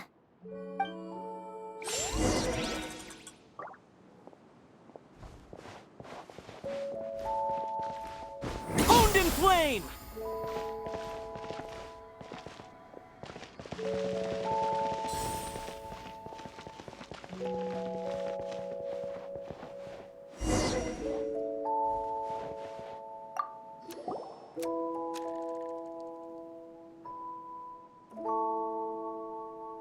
Right. With the numerological array, I can construct a simple formula that will allow you to experience what I see and hear in real time.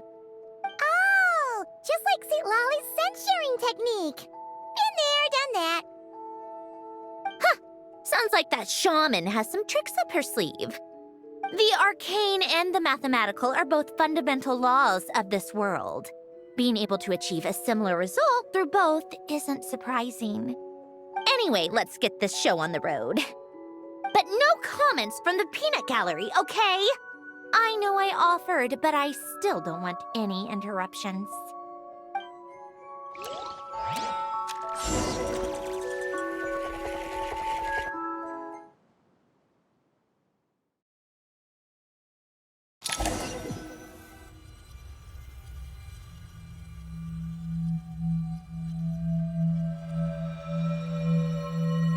Is this my heart? No, it's probably just the result of Alen's formula. A space dedicated to resolving anomalies. Huh. But it looks like the walls are all... mirrors? You made it. About time. Is that me? From the past? You just spoke of anomalies. Well, here I am. What happens when emotion contradicts reason? Shall we sit down and talk?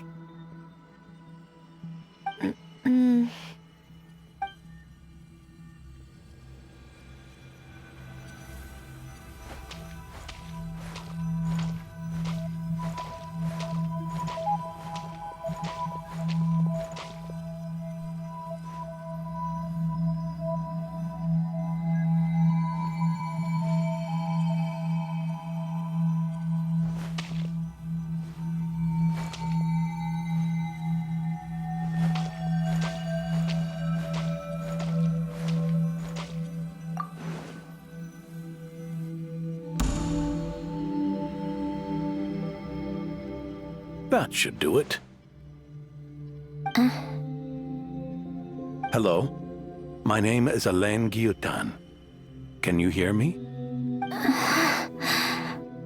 Brings back memories, doesn't it? The time we spent here. Here. I want you to have this. A notebook? You can use it to write things down.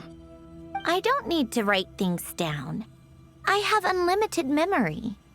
Even so, some things are more important than others, right? You can use it to write about the things that matter. So you wish me to carry out a basic priority sorting operation?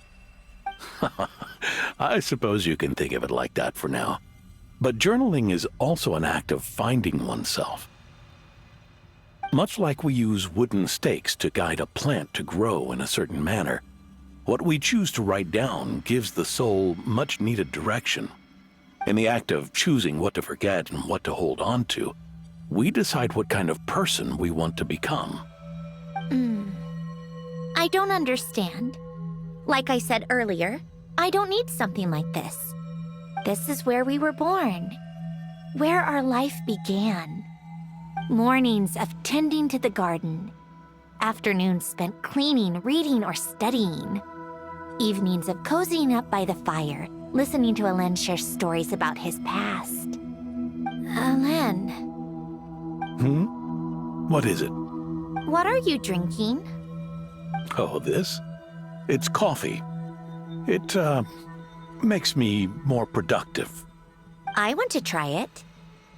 Oh, okay. Here.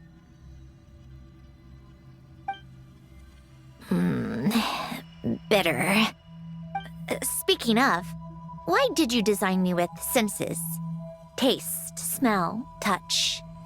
Well, I'm not quite sure. It just felt like the right thing to do. I suppose I hoped you might have a life of your own one day, and that you deserve to experience all life has to offer. Oh. Still bitter. But the smell is nice. I thought those peaceful days would go on forever. You know that's not possible. Maybe. But how was I supposed to know the end was just around the corner? That was just bad luck. Was it? Well, it certainly became a pattern, now didn't it?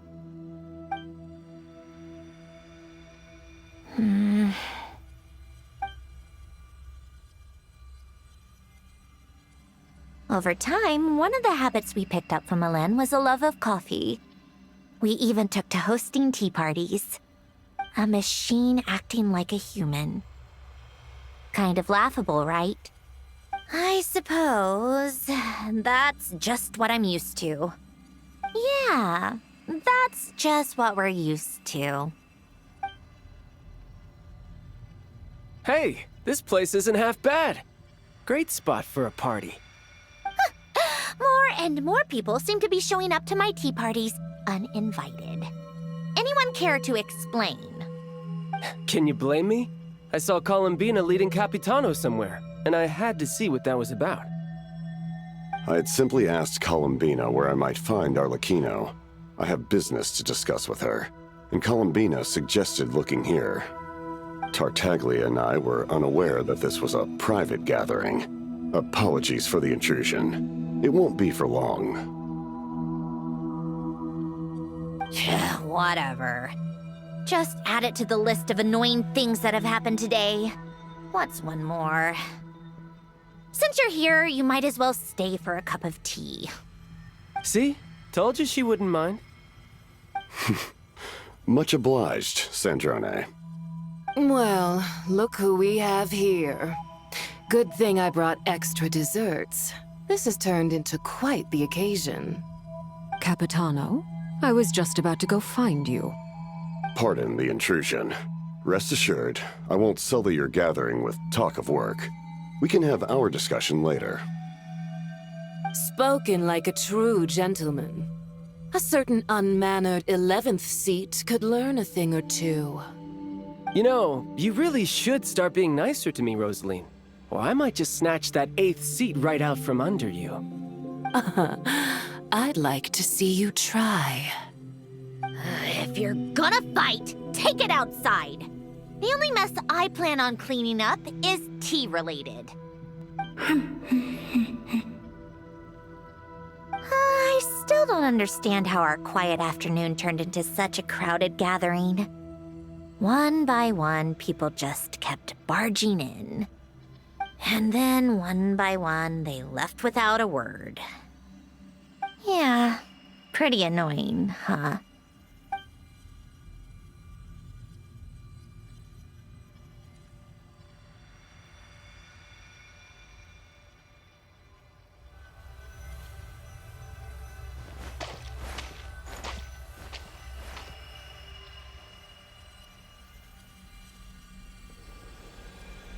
Of all my days with the Fatui, the times I spent with you, Arlecchino, and Rosaline, they were my favorite. Goodbye, Sandrone.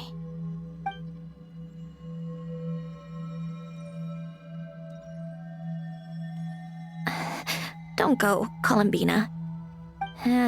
We should have just said that. Why didn't we? If we had, would the story have had a different ending? She couldn't stay. There was no future for her here. She would have just faded away. You're right. I suppose that's why you call me an anomaly.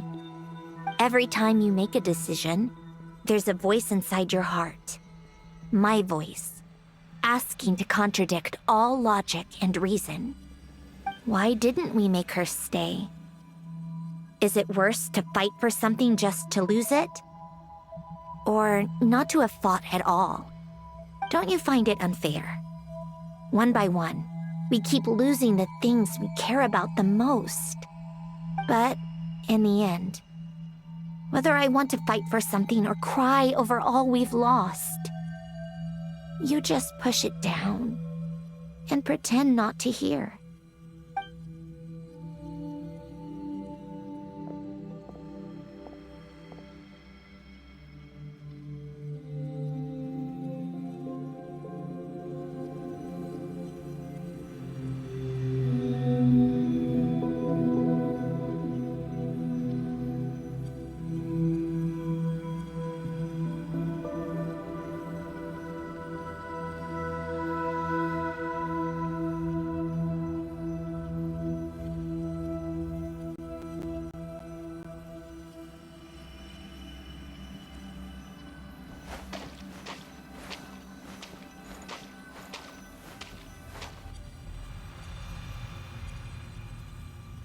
And now, even Polonia, the other half of Elend's legacy, the last remaining member of our family.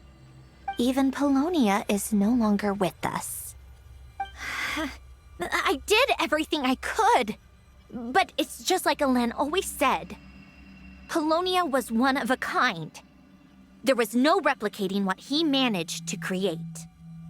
Don't you feel like our connection to the past is fading bit by bit? Like, even the things we have left are slowly slipping away. I suppose. But you can't move through life without having to say goodbye. And even as we experience loss, there are always new things to be gained. Ever so logical. What's your take, then? It feels like the more I care about something, the faster the world takes it away. It sounds so stupid, but I can't help it. That's the hand life has dealt me time and time again. Why even fight for something that's just going to be lost in the end? Better to never have had it at all. Better if it would all just disappear. Dark, I know. But the heart wants what it wants. Maybe the stellar linchpin appeared because of me. Because of what I wish for. I don't think so. Yeah, probably not.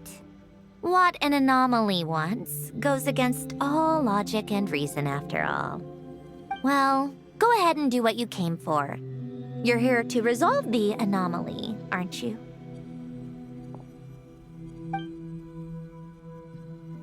Yes. What's it gonna be? Keeping me imprisoned here like before? Or eliminating me entirely, like debugging a code. That might actually be a mercy. I don't care. I just don't want to experience the pain of loss ever again. Go ahead. I'm ready.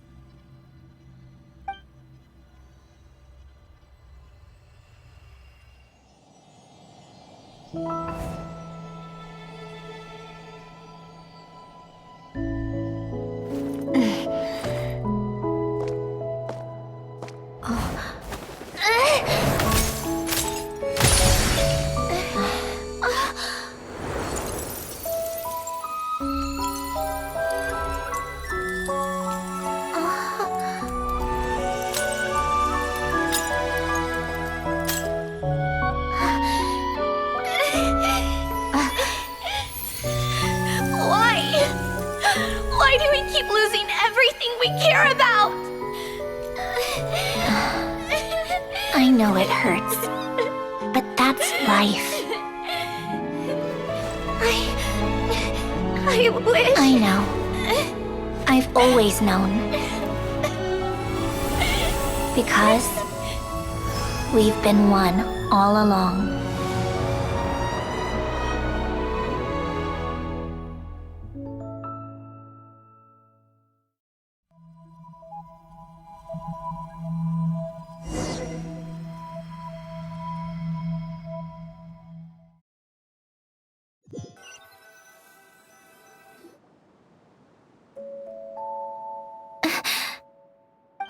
Sandrone!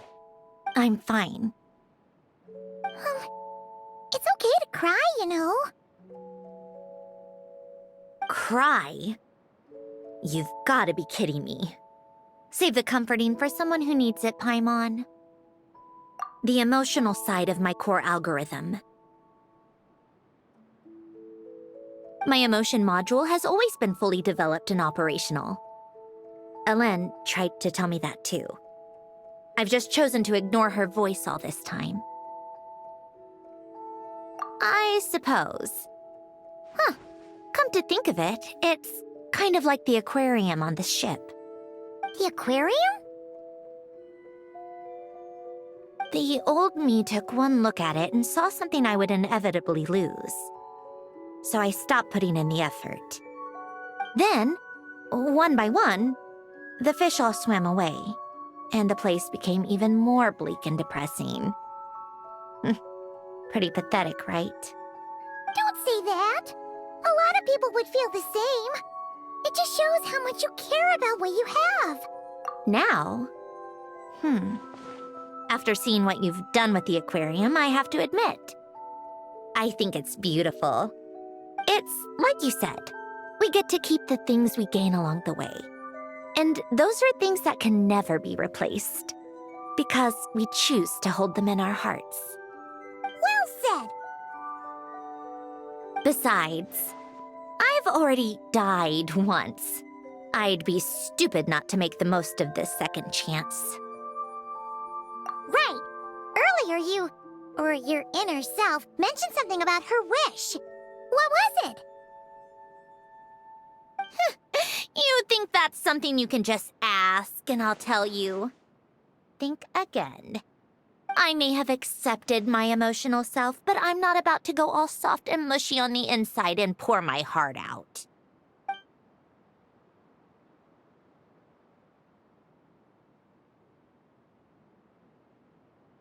That said, taking a step in the right direction couldn't hurt.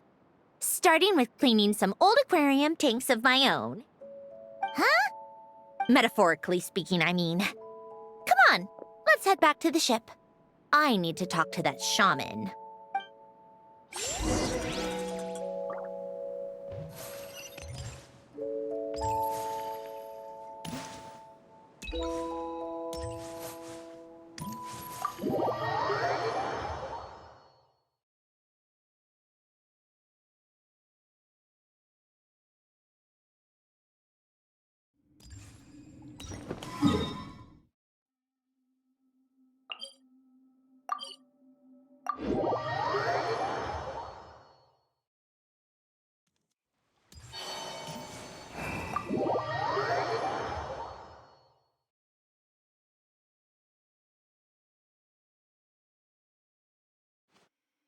Huh? Resentful lost souls? You couldn't get comfortable sleeping near the Opera Epicles, right? Well, I bet that's why. The Fountain of Lucine is where all the water in Fontaine gathers. So that's where the emotions within the water converge as well. Hold on. If it's souls we're dealing with, feeling uncomfortable should have been just the beginning. I should have been able to hear their voices or something. And under normal circumstances, I'm sure someone of your talents would have. The problem is, these souls are no longer complete. Remind me how they ended up like that again? You mentioned something about them being split apart? Yes, it's called soul severing. Renee of the Nartsitzenkreuz Ordo came up with it. After learning of Fontaine's impending doom, Renee thought if he could find a means for the soul to live on in perpetuity, it might ensure the world's salvation. Soul severing was the first step of his research. Unfortunately, his theory of the four orthants was imperfect at the time, and a failure along the way caused his physical form to dissipate. Jakob, another member of the Nartsitzenkreuz Ordo, sought to carry on Renee's legacy and restore his physical form. He even used some of the people who stood in his way as test subjects for his research. By severing their souls? Yes. After Renee successfully awakened, the two continued their research, and all the severed souls ended up merging into Renee's consciousness. After you saved Fontaine by turning Fontainians into true humans, these souls returned to the ley lines. But the souls severed before Renee awakened had nowhere to go, doomed to forever wander the waters of Fontaine as listless spirits. Almost as if they exist outside the bounds of this world. Unrecognized by the ley lines or fate. No wonder I couldn't sense them.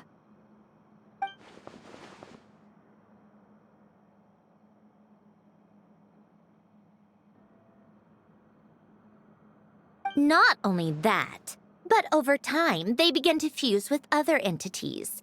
Their inner resentment lured in all sorts of evil beings, which corrupted and defiled them into nothing more than accumulations of filth. But the full transformation must have been recent. Otherwise, the Udex surely would have noticed. Wait, no, he must know already. That would explain the underwater Melazine patrols. No wonder I kept running into officers from the Mara Chaussee Phantom earlier. In that case, let's go find Nervalette and we can sort it out together. No, not just yet. Why not? For one, the diplomatic castle alone would be a nightmare. Even though I haven't reported back to Snezhnaya yet, I'm not planning to leave the Fatui anytime soon. Besides, with me here, success is a done deal. Involving other people would just complicate things. All I need is for Miss Lolly to help pinpoint the location of this monstrosity. Think you can do it?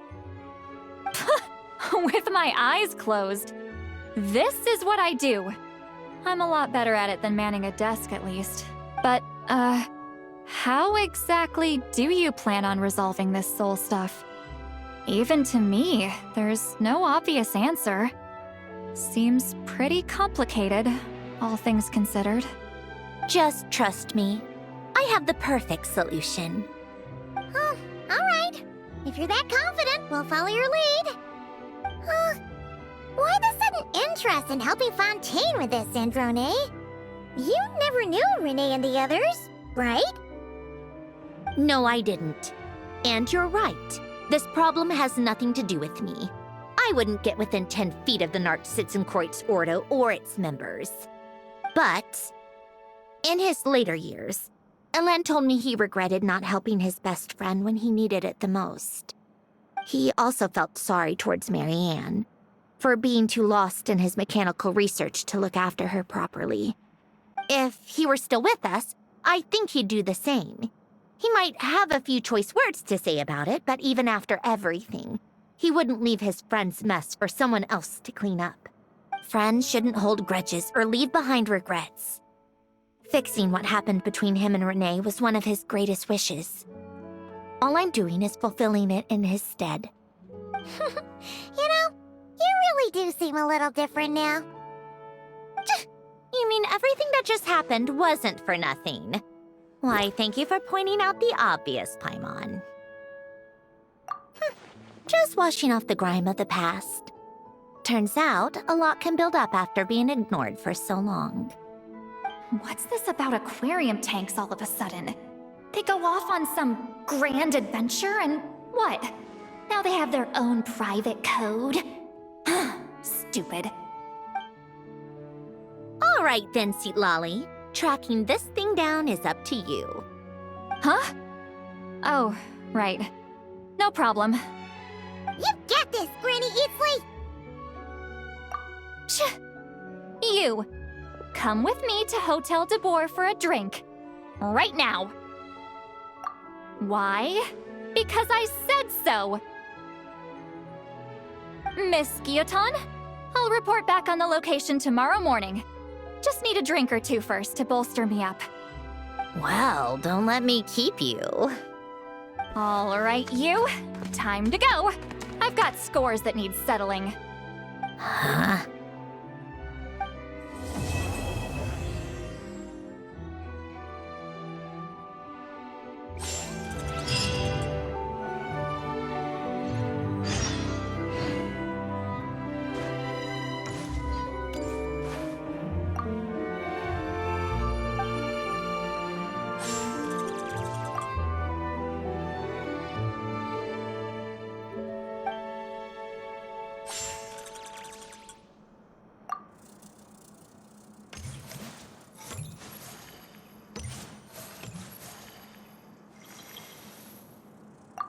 Listless, abandoned souls.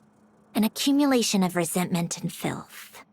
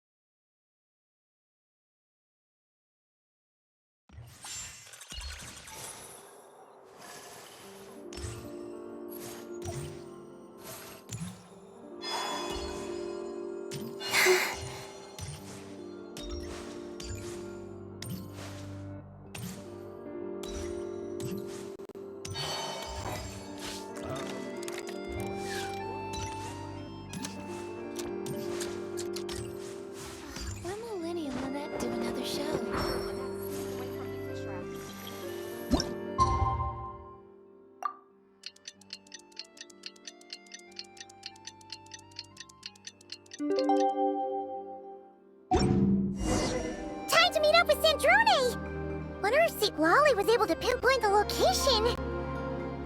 Well, we should know soon. Let's just hope it all works out. Just help yourselves.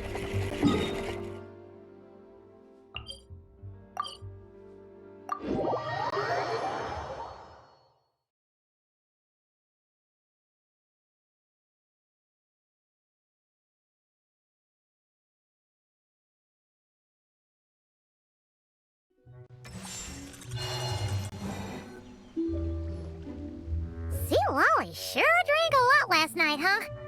Wonder if she's even awake. Good morning. Columbina! Oh, you sure know how to make an entrance. What are you doing here? We just finished filming a last-minute scene, so I came up to get some fresh air. The others are still down below discussing what the final scene should be. You mean, how it should end? Yes, they're torn between whether the heroine should reunite with her old friend or not.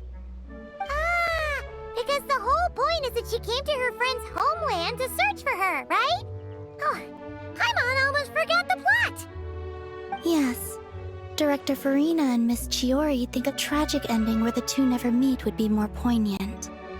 But Director Xavier thinks having the two reunite would make for a more touching and heartwarming ending. Me? I'm not sure. On a personal level, of course I want to see her again. Of course I want to experience that moment where we reunite, even if it's just for the cameras. But that means an actor would have to take her place, and that makes me feel... Oh. Huh? Yeah, don't look so worried. Making a film is supposed to be fun. Besides, it's all gonna work out. You can trust Paimon on that. Work out? How? Well, you know. Yep, exactly. Okay, I trust you. I'll just focus on having fun for now. Well, well, look who we have here. Traveler and Paimon. Oh, the lighting specialist and clapper loader that never were. Yeah. We kinda went AWOL, didn't we? Sorry about that. Seriously, don't worry about it. Everything's going smoothly on our end, so just do what you need to do. You seem to be in better spirits now, Miss Columbina. I apologize if our earlier discussion put you on the spot. It's okay, I'm fine now. The Traveler and Paimon talked me through it. So, what are your thoughts on the ending then? Should we have them reunite, or not? We should tie everything up in bows. Huh?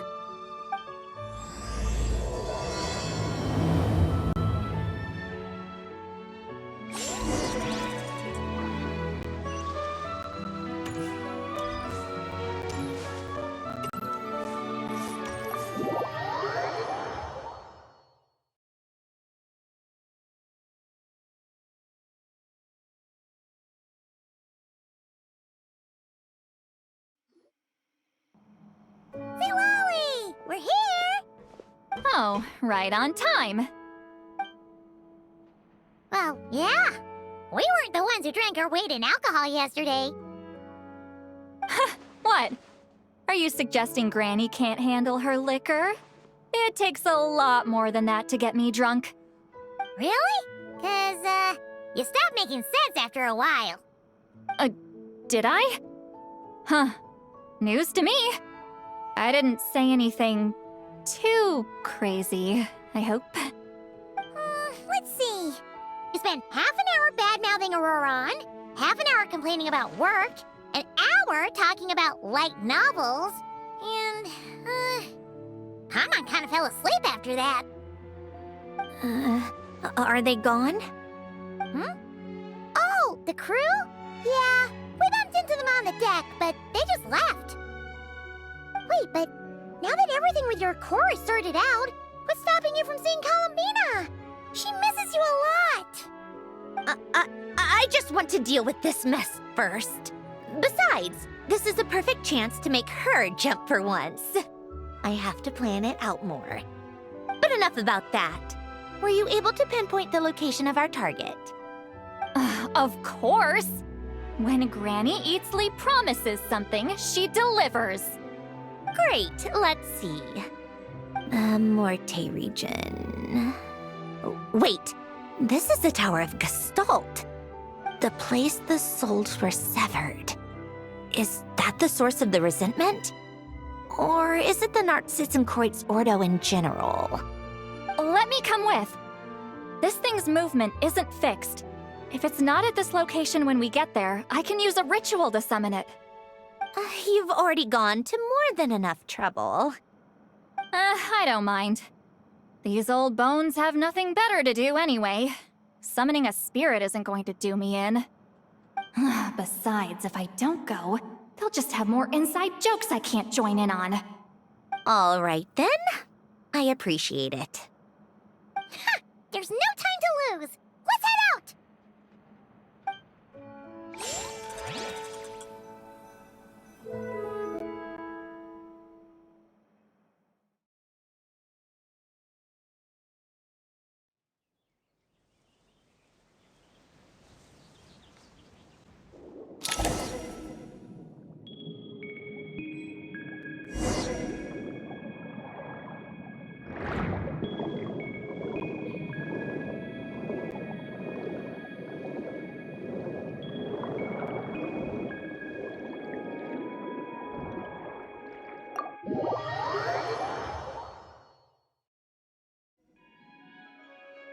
Huh, no sign of it so far. Should I start the summoning ritual? Let's drain the water from this floor of the tower first. It'll make it easier to move around. Wait, we can do that? Of course. Alan and Renee both saw the future that awaited Fontaine and even shared a few methods for waterproofing buildings. The principle behind it is... not important. Just unlock the mechanisms in the order I tell you.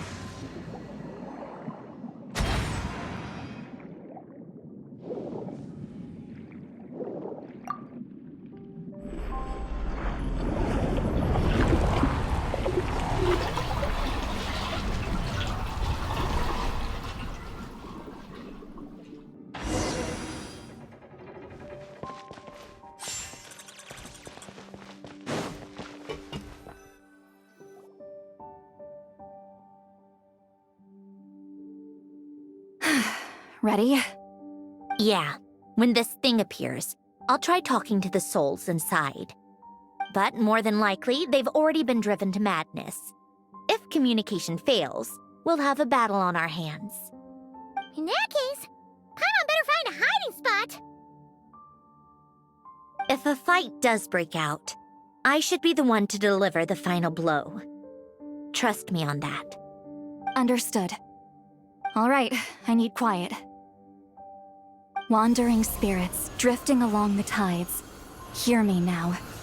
Broken souls, silenced, torn apart, and forsaken. Follow the traces of the past, and return to us. Let resentment recognize resentment. Let vile entities be drawn together. And in this place, take form once more.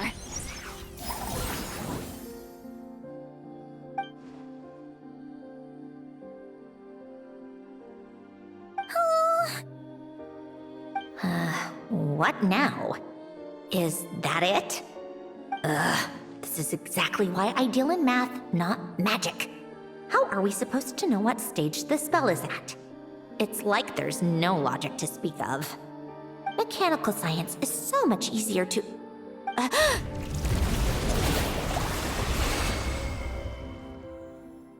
Watch out!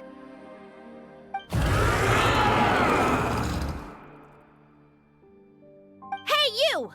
Or whoever's inside of you. I need you to listen to me. I'm a descendant of Fontaine's Lord Artificer, Alain Guillotin. I can make you whole again and return you to the ley lines. You just need to work with me here.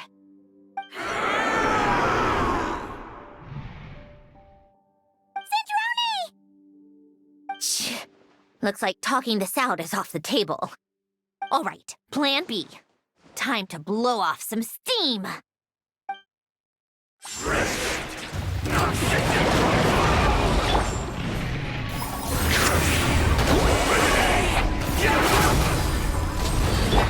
You're cursing out the wrong person!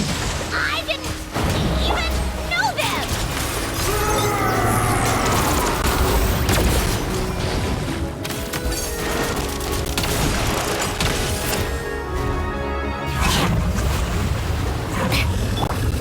Take this! Get to work!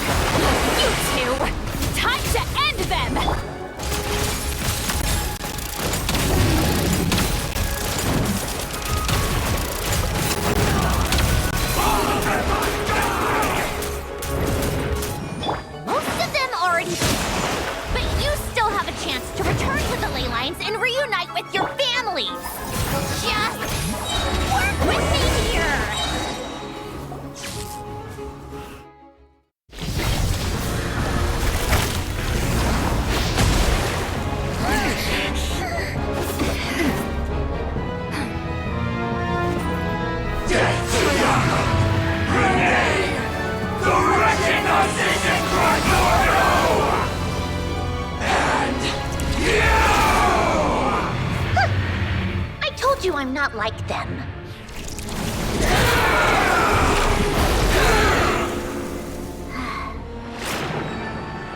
I'm stronger.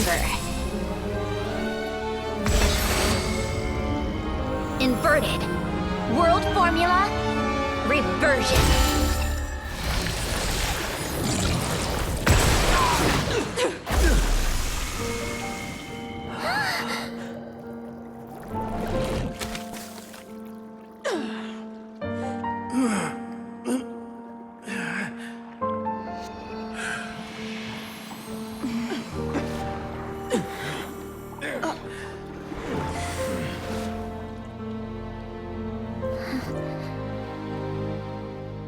Be at peace among the tides. Lost souls.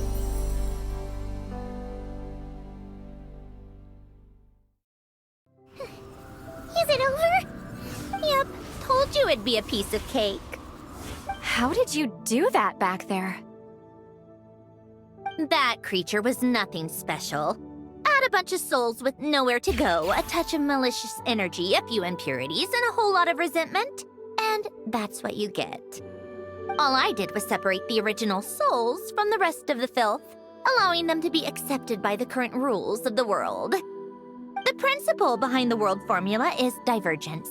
Starting from a point of origin, it deconstructs and reconstructs the possibilities of the world to find certain answers. So, it would follow that reverse calculating the world formula allows us to achieve convergence and restoration instead. Using a numerological array, I was able to do just that. It's similar to the concept of homological reduction in mathematics. I reduced them to the basic fundamental essence of their being without changing their underlying nature. That meant... never mind. Judging by all the blank stares, I'm guessing you don't actually care. I think I finally understand how Outlanders feel when I ramble on about shaman stuff. Point is, it was super impressive! You really are amazing, Sandrone! You're just realizing that now?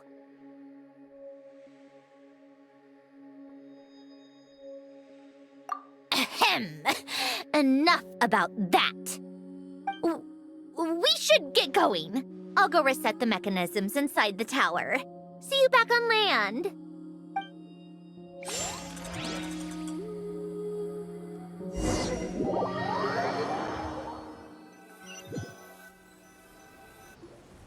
Well, that's one old mess for the books.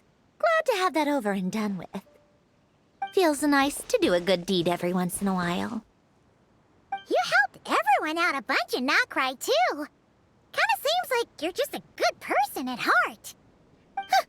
I wouldn't be so sure. I'll be heading back to the Fatui soon enough. You two are too trusting sometimes. Fine. Just don't say I didn't warn you when it comes back to bite you. Well, where to next? Back to the ship? Yeah! Your personal business, the Narcitsan thing, it's all resolved. That means you can see the people that need seeing now, right, Sandrone? Oh, everyone's gonna be so happy you're back! You wouldn't catch me dead admitting to this before, but... yeah, I really have missed everyone. Columbina's a special case, though. This time, I'm definitely getting her back for all her annoying antics over the years.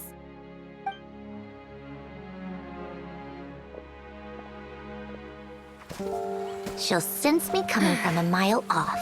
How am I gonna...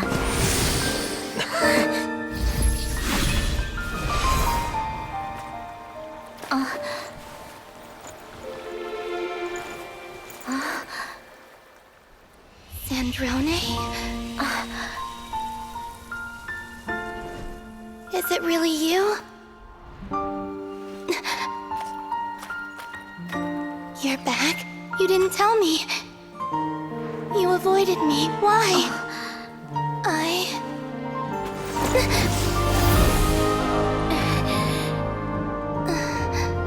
Sandrone? Now we're even. I missed you so much. That makes one of us, idiot. I'm here, Columbina.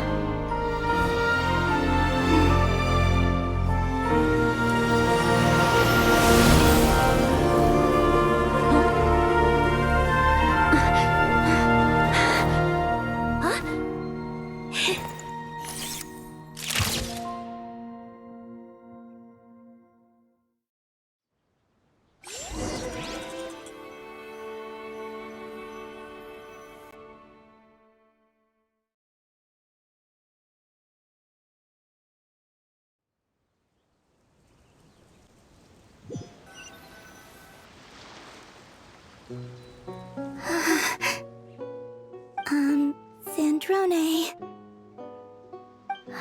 Don't ruin the moment. Or I'll start thinking about how you teleported me to a random location after I explicitly told you to stop doing that. And scene! Bravo! Bravo! We got it! This is exactly the ending I was hoping for. Huh? Where did you just go, Miss Columbina? You vanished! And then the next second you were back hugging this, new friend here. That was all on camera? Yeah. Well, the camera was already rolling and it happened so fast, so yeah. Hold on. This must be... Yep, my best friend. The one I was looking for. I never thought I'd actually get to see her again. I'm just so happy. Plus, the film got a happy ending too. It's all thanks to you, Sandrone. Sandrone? You couldn't stop being annoying for 1 second? Columbina!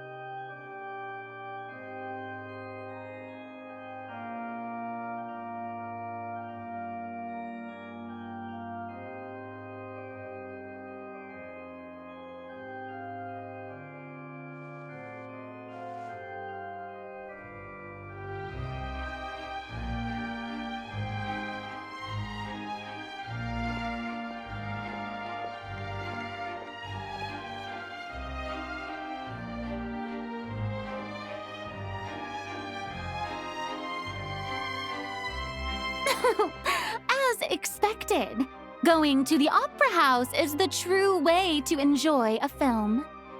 You get to see the audience's reaction in real time, too. The ending seemed to be received quite well.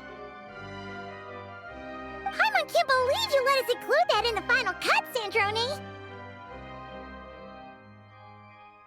You even agreed to help us reshoot a couple of shots. Thanks a million. Most of it was caught on camera already, so it's not like I had much of a choice.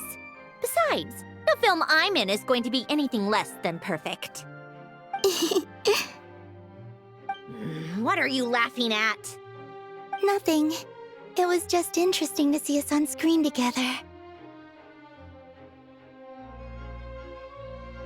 I'm glad this moment is going to be preserved forever.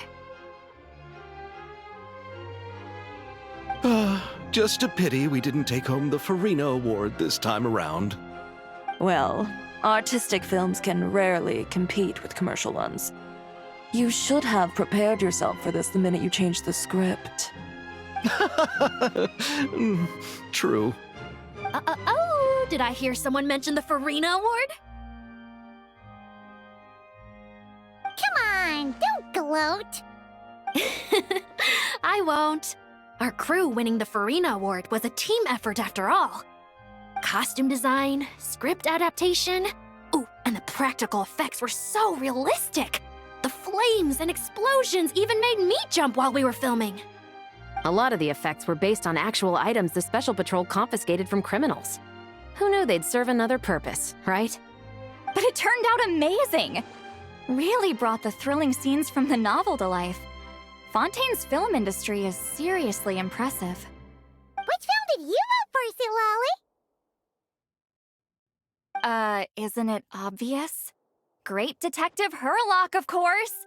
That's the whole reason I'm here! You all should be proud, though. A lot of critics are saying really good things about your film, too.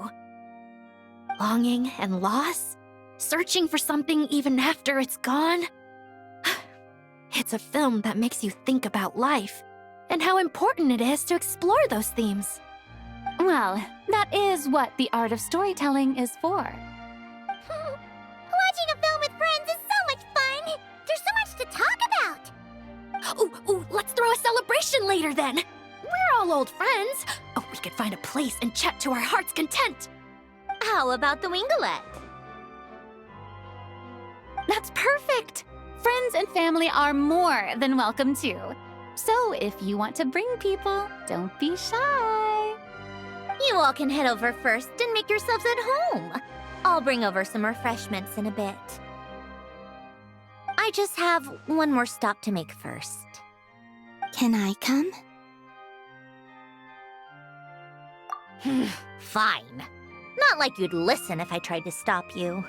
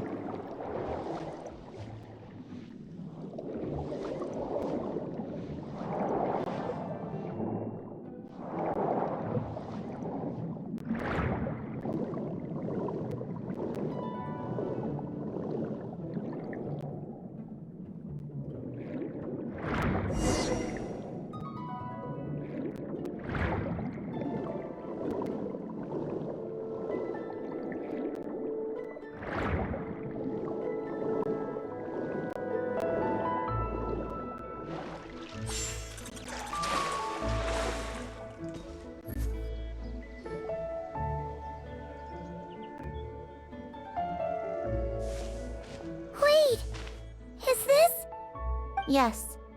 Here lies Lord Artificer, Elaine Gaeltan. This is his grave. Oh.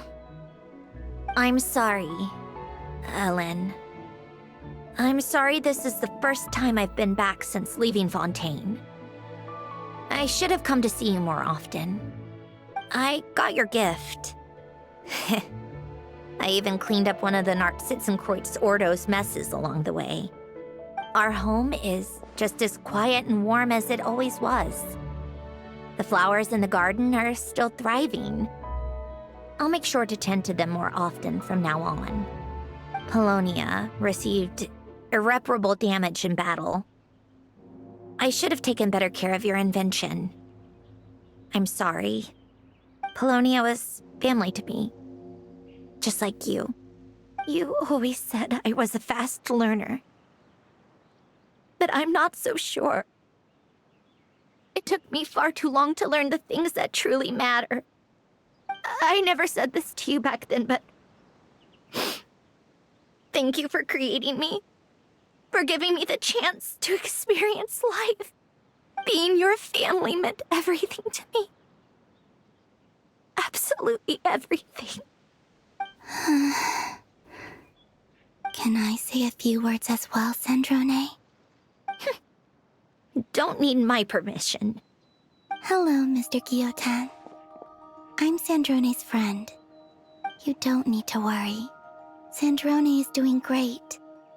Not only is she a brilliant scholar, she's made a whole bunch of friends, too.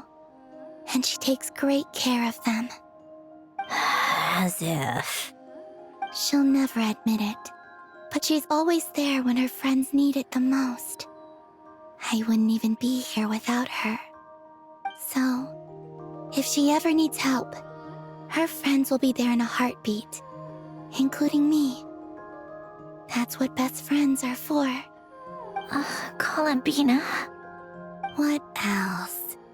Oh, she likes drinking bitter coffee, listening to piano music when she can't sleep. Turns out she even likes giving hugs. No, wait! Don't tell him all that! Huh? I don't understand. I didn't think you'd want to hide things from him. Well, yeah, but there are still things I don't want to say. Okay. I'll come by myself and tell him for you then. That's not what I meant! Alright. Enough with the speeches. If no one has anything else to add, let's just leave it there. Should we say a few words too? Kinda seems like Columbina said it all. Oh, great idea!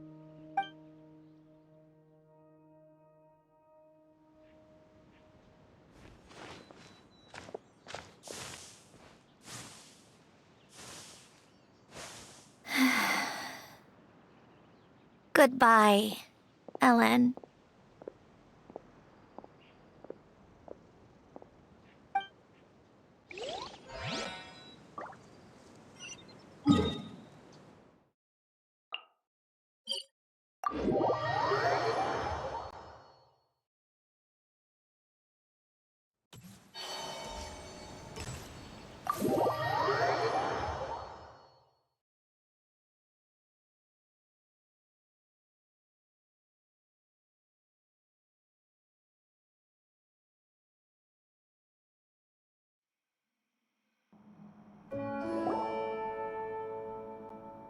You made it! The party's already started. Oh, but, you didn't bring anyone else along? I thought you headed out to invite some friends. We did invite a friend, actually. She'll be here soon. She's even bringing some desserts to have over tea. You should join us later, Miss Farina. I do love a tea party. Then don't mind if I do. This seems like a fun occasion. Let's go talk with everyone. Good idea! We'll introduce you to all our old friends.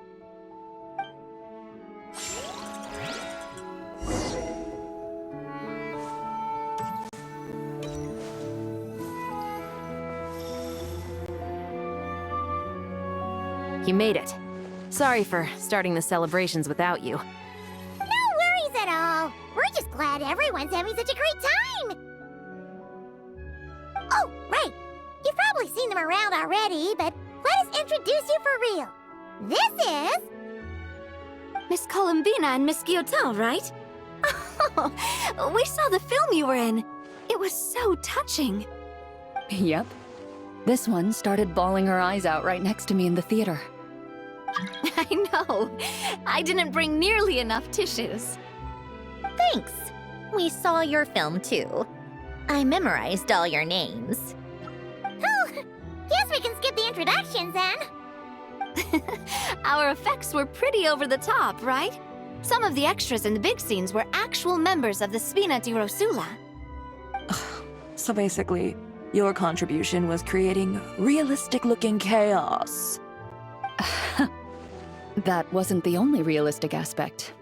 Miss Chevres and Miss Emily were also kind enough to lend their expertise on criminal investigations and forensics. Oh, it was nothing. I was just honored to take part and help out. Wow! No wonder your film turned out so good. You basically had an expert in every field. Talk about a stacked crew. Oh, speaking of, want to join in on a round of tabletop troupe later, Miss Columbina and Miss Guillotin? I mean, what better place for a party than a party? Here we go again. That sounds interesting. Yes! Persuasion successful! What about you, Miss Guillotin? I guess one round couldn't hurt. Critical success!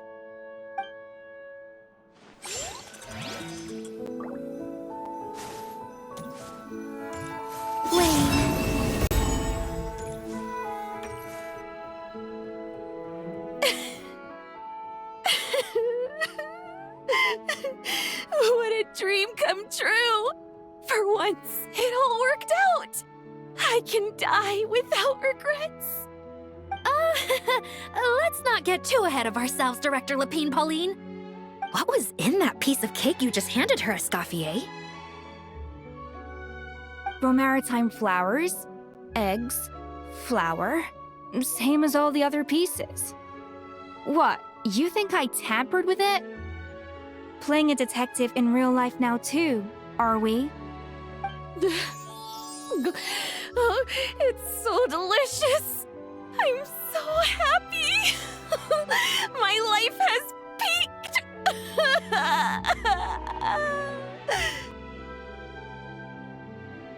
Miss Lapine Pauline, look who I brought! Master! Wait, what happened to your face? Why are you crying? Never mind my face. Here, let me introduce you. This is Miss Charlotte and Miss Escoffier. Things are sounding lively over here. Oh, look who it is! Perfect timing. I was so busy with the shoot, I feel like we barely got to talk. Ah, and the elusive Miss Guillotin. It's great to see you. Thank you so much for letting us use the boat free of charge. That was so generous of you. Oh, right. Introductions. This is Miss Charlotte and Miss Escoffier. That's kind of you. But I didn't really do anything. If you want to thank someone, it should be the Duke or the people who keep the boat in such good shape. Right. I'll head over in a bit and do just that. Miss Columbina? Yes?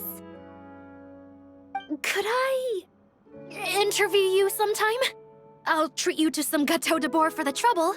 There's only a limited amount available each day. Oh, but it's an absolute must-try when you're in Fontaine. Oh, sure. Bold of you to use my own cake as a bribe right in front of me. You know what? When else are we all going to be together like this? Come on, everyone! Grab your drinks!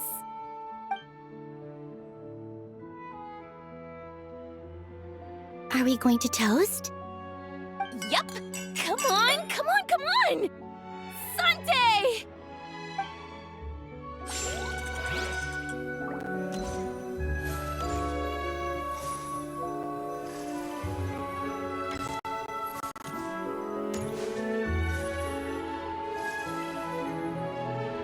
Wait a second!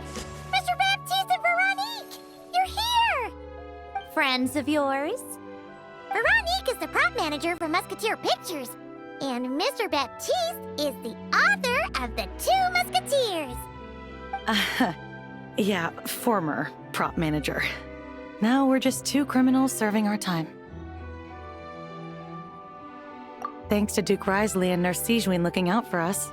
Not too bad, actually. You make it sound like I'm giving you special treatment.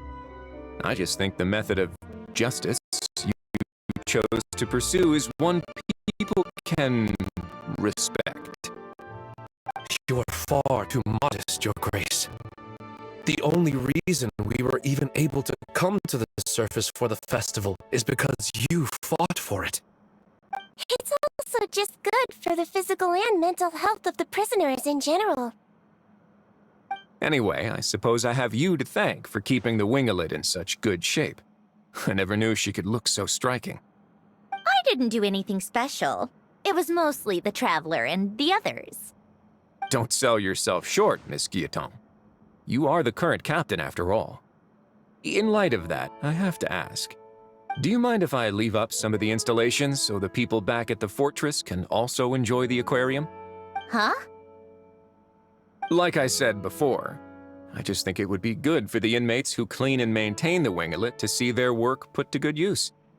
Besides, maintaining an aquarium is sure to be a lot more interesting than scrubbing rust off the walls and deck. Of course I don't mind. I'm grateful you even want to keep it. Great. Then it's decided. That's amazing, Sandrone. We should go hang out at the Fortress of Meripede later, then. You do know you just invited me to hang out in prison, don't you?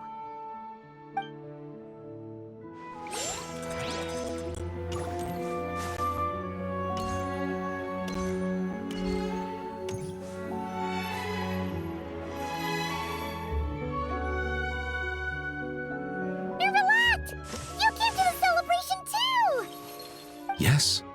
I can only hope my presence does not make anyone ill at ease. Who's this? All right! This is Nervalette, the Udex of Fontaine.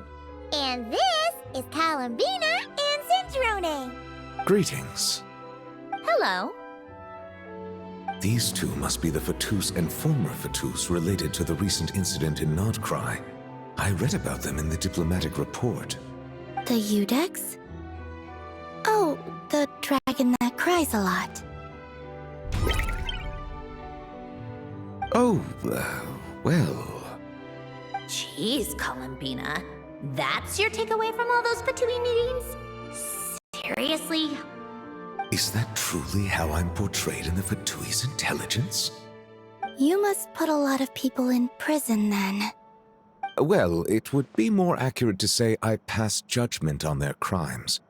All trials in Fontaine strive for fairness and justice, so as to avoid imprisoning the innocent.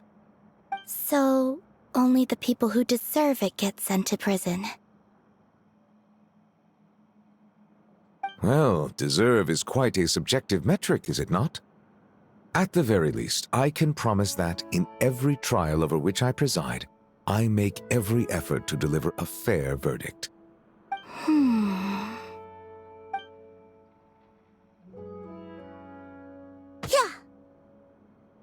Oh, for the love of...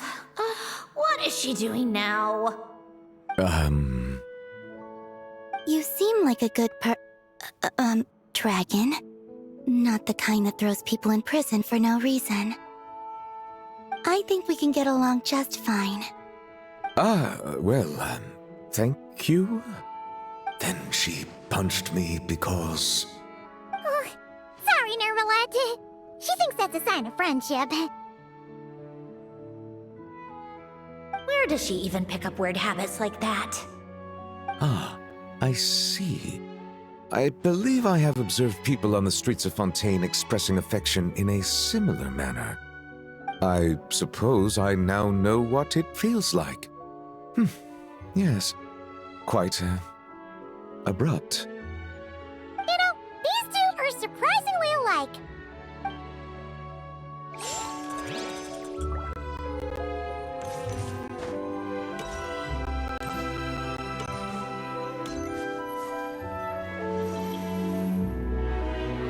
Granny Eatsley, you're really not going to let us borrow these cute little stuffed toys for our magic show? First of all, Seat Lalin and Eats Papa are Chi-Chi meal. They have inauspicious stars sealed within them, and they're my helpers, not toys. But the Grin Malkin Cat and Boggle Cat box are Linny and Lynette's helpers. And they still make good partners on stage. Agreed. We've never had a Chi-Chi meal pop out of our hats before.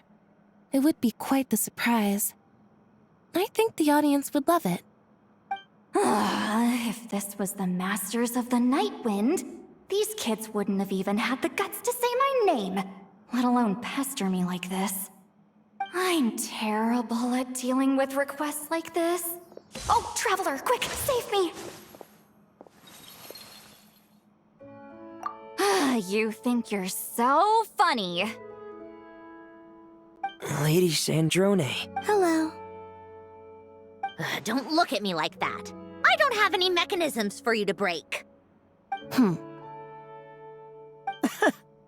Don't be fooled by my sister's demeanor, Lady Sandrone. She's just as delighted as the rest of us to have you back. Well, I suppose when I'm not so busy, I could find some time when Arlecchino is around and bring over a few gifts to the House of the Hearth. You're too kind, Lady Sandrone. I'm sure just your visit alone would make Father more than happy. I just need to borrow them for a bit. I'll pull them out of my hat, give them a quick hug, then give them straight back. When did hugging become a part of it? Oh! I could lend you Pear, so you have something to hug in the meantime. He gives really good hugs. I don't need something to hug in the meantime. The issue was never the hugs. How about this? You can have 2 VIP tickets right next to each other. Excellent view. Right next to each other?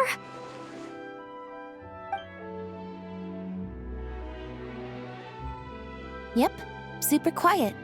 No one will bother you. I'm sure you'll have a great time. Fine. Oh, looks like Arlecchino's here. Come on, Columbina. Let's go have ourselves a tea party.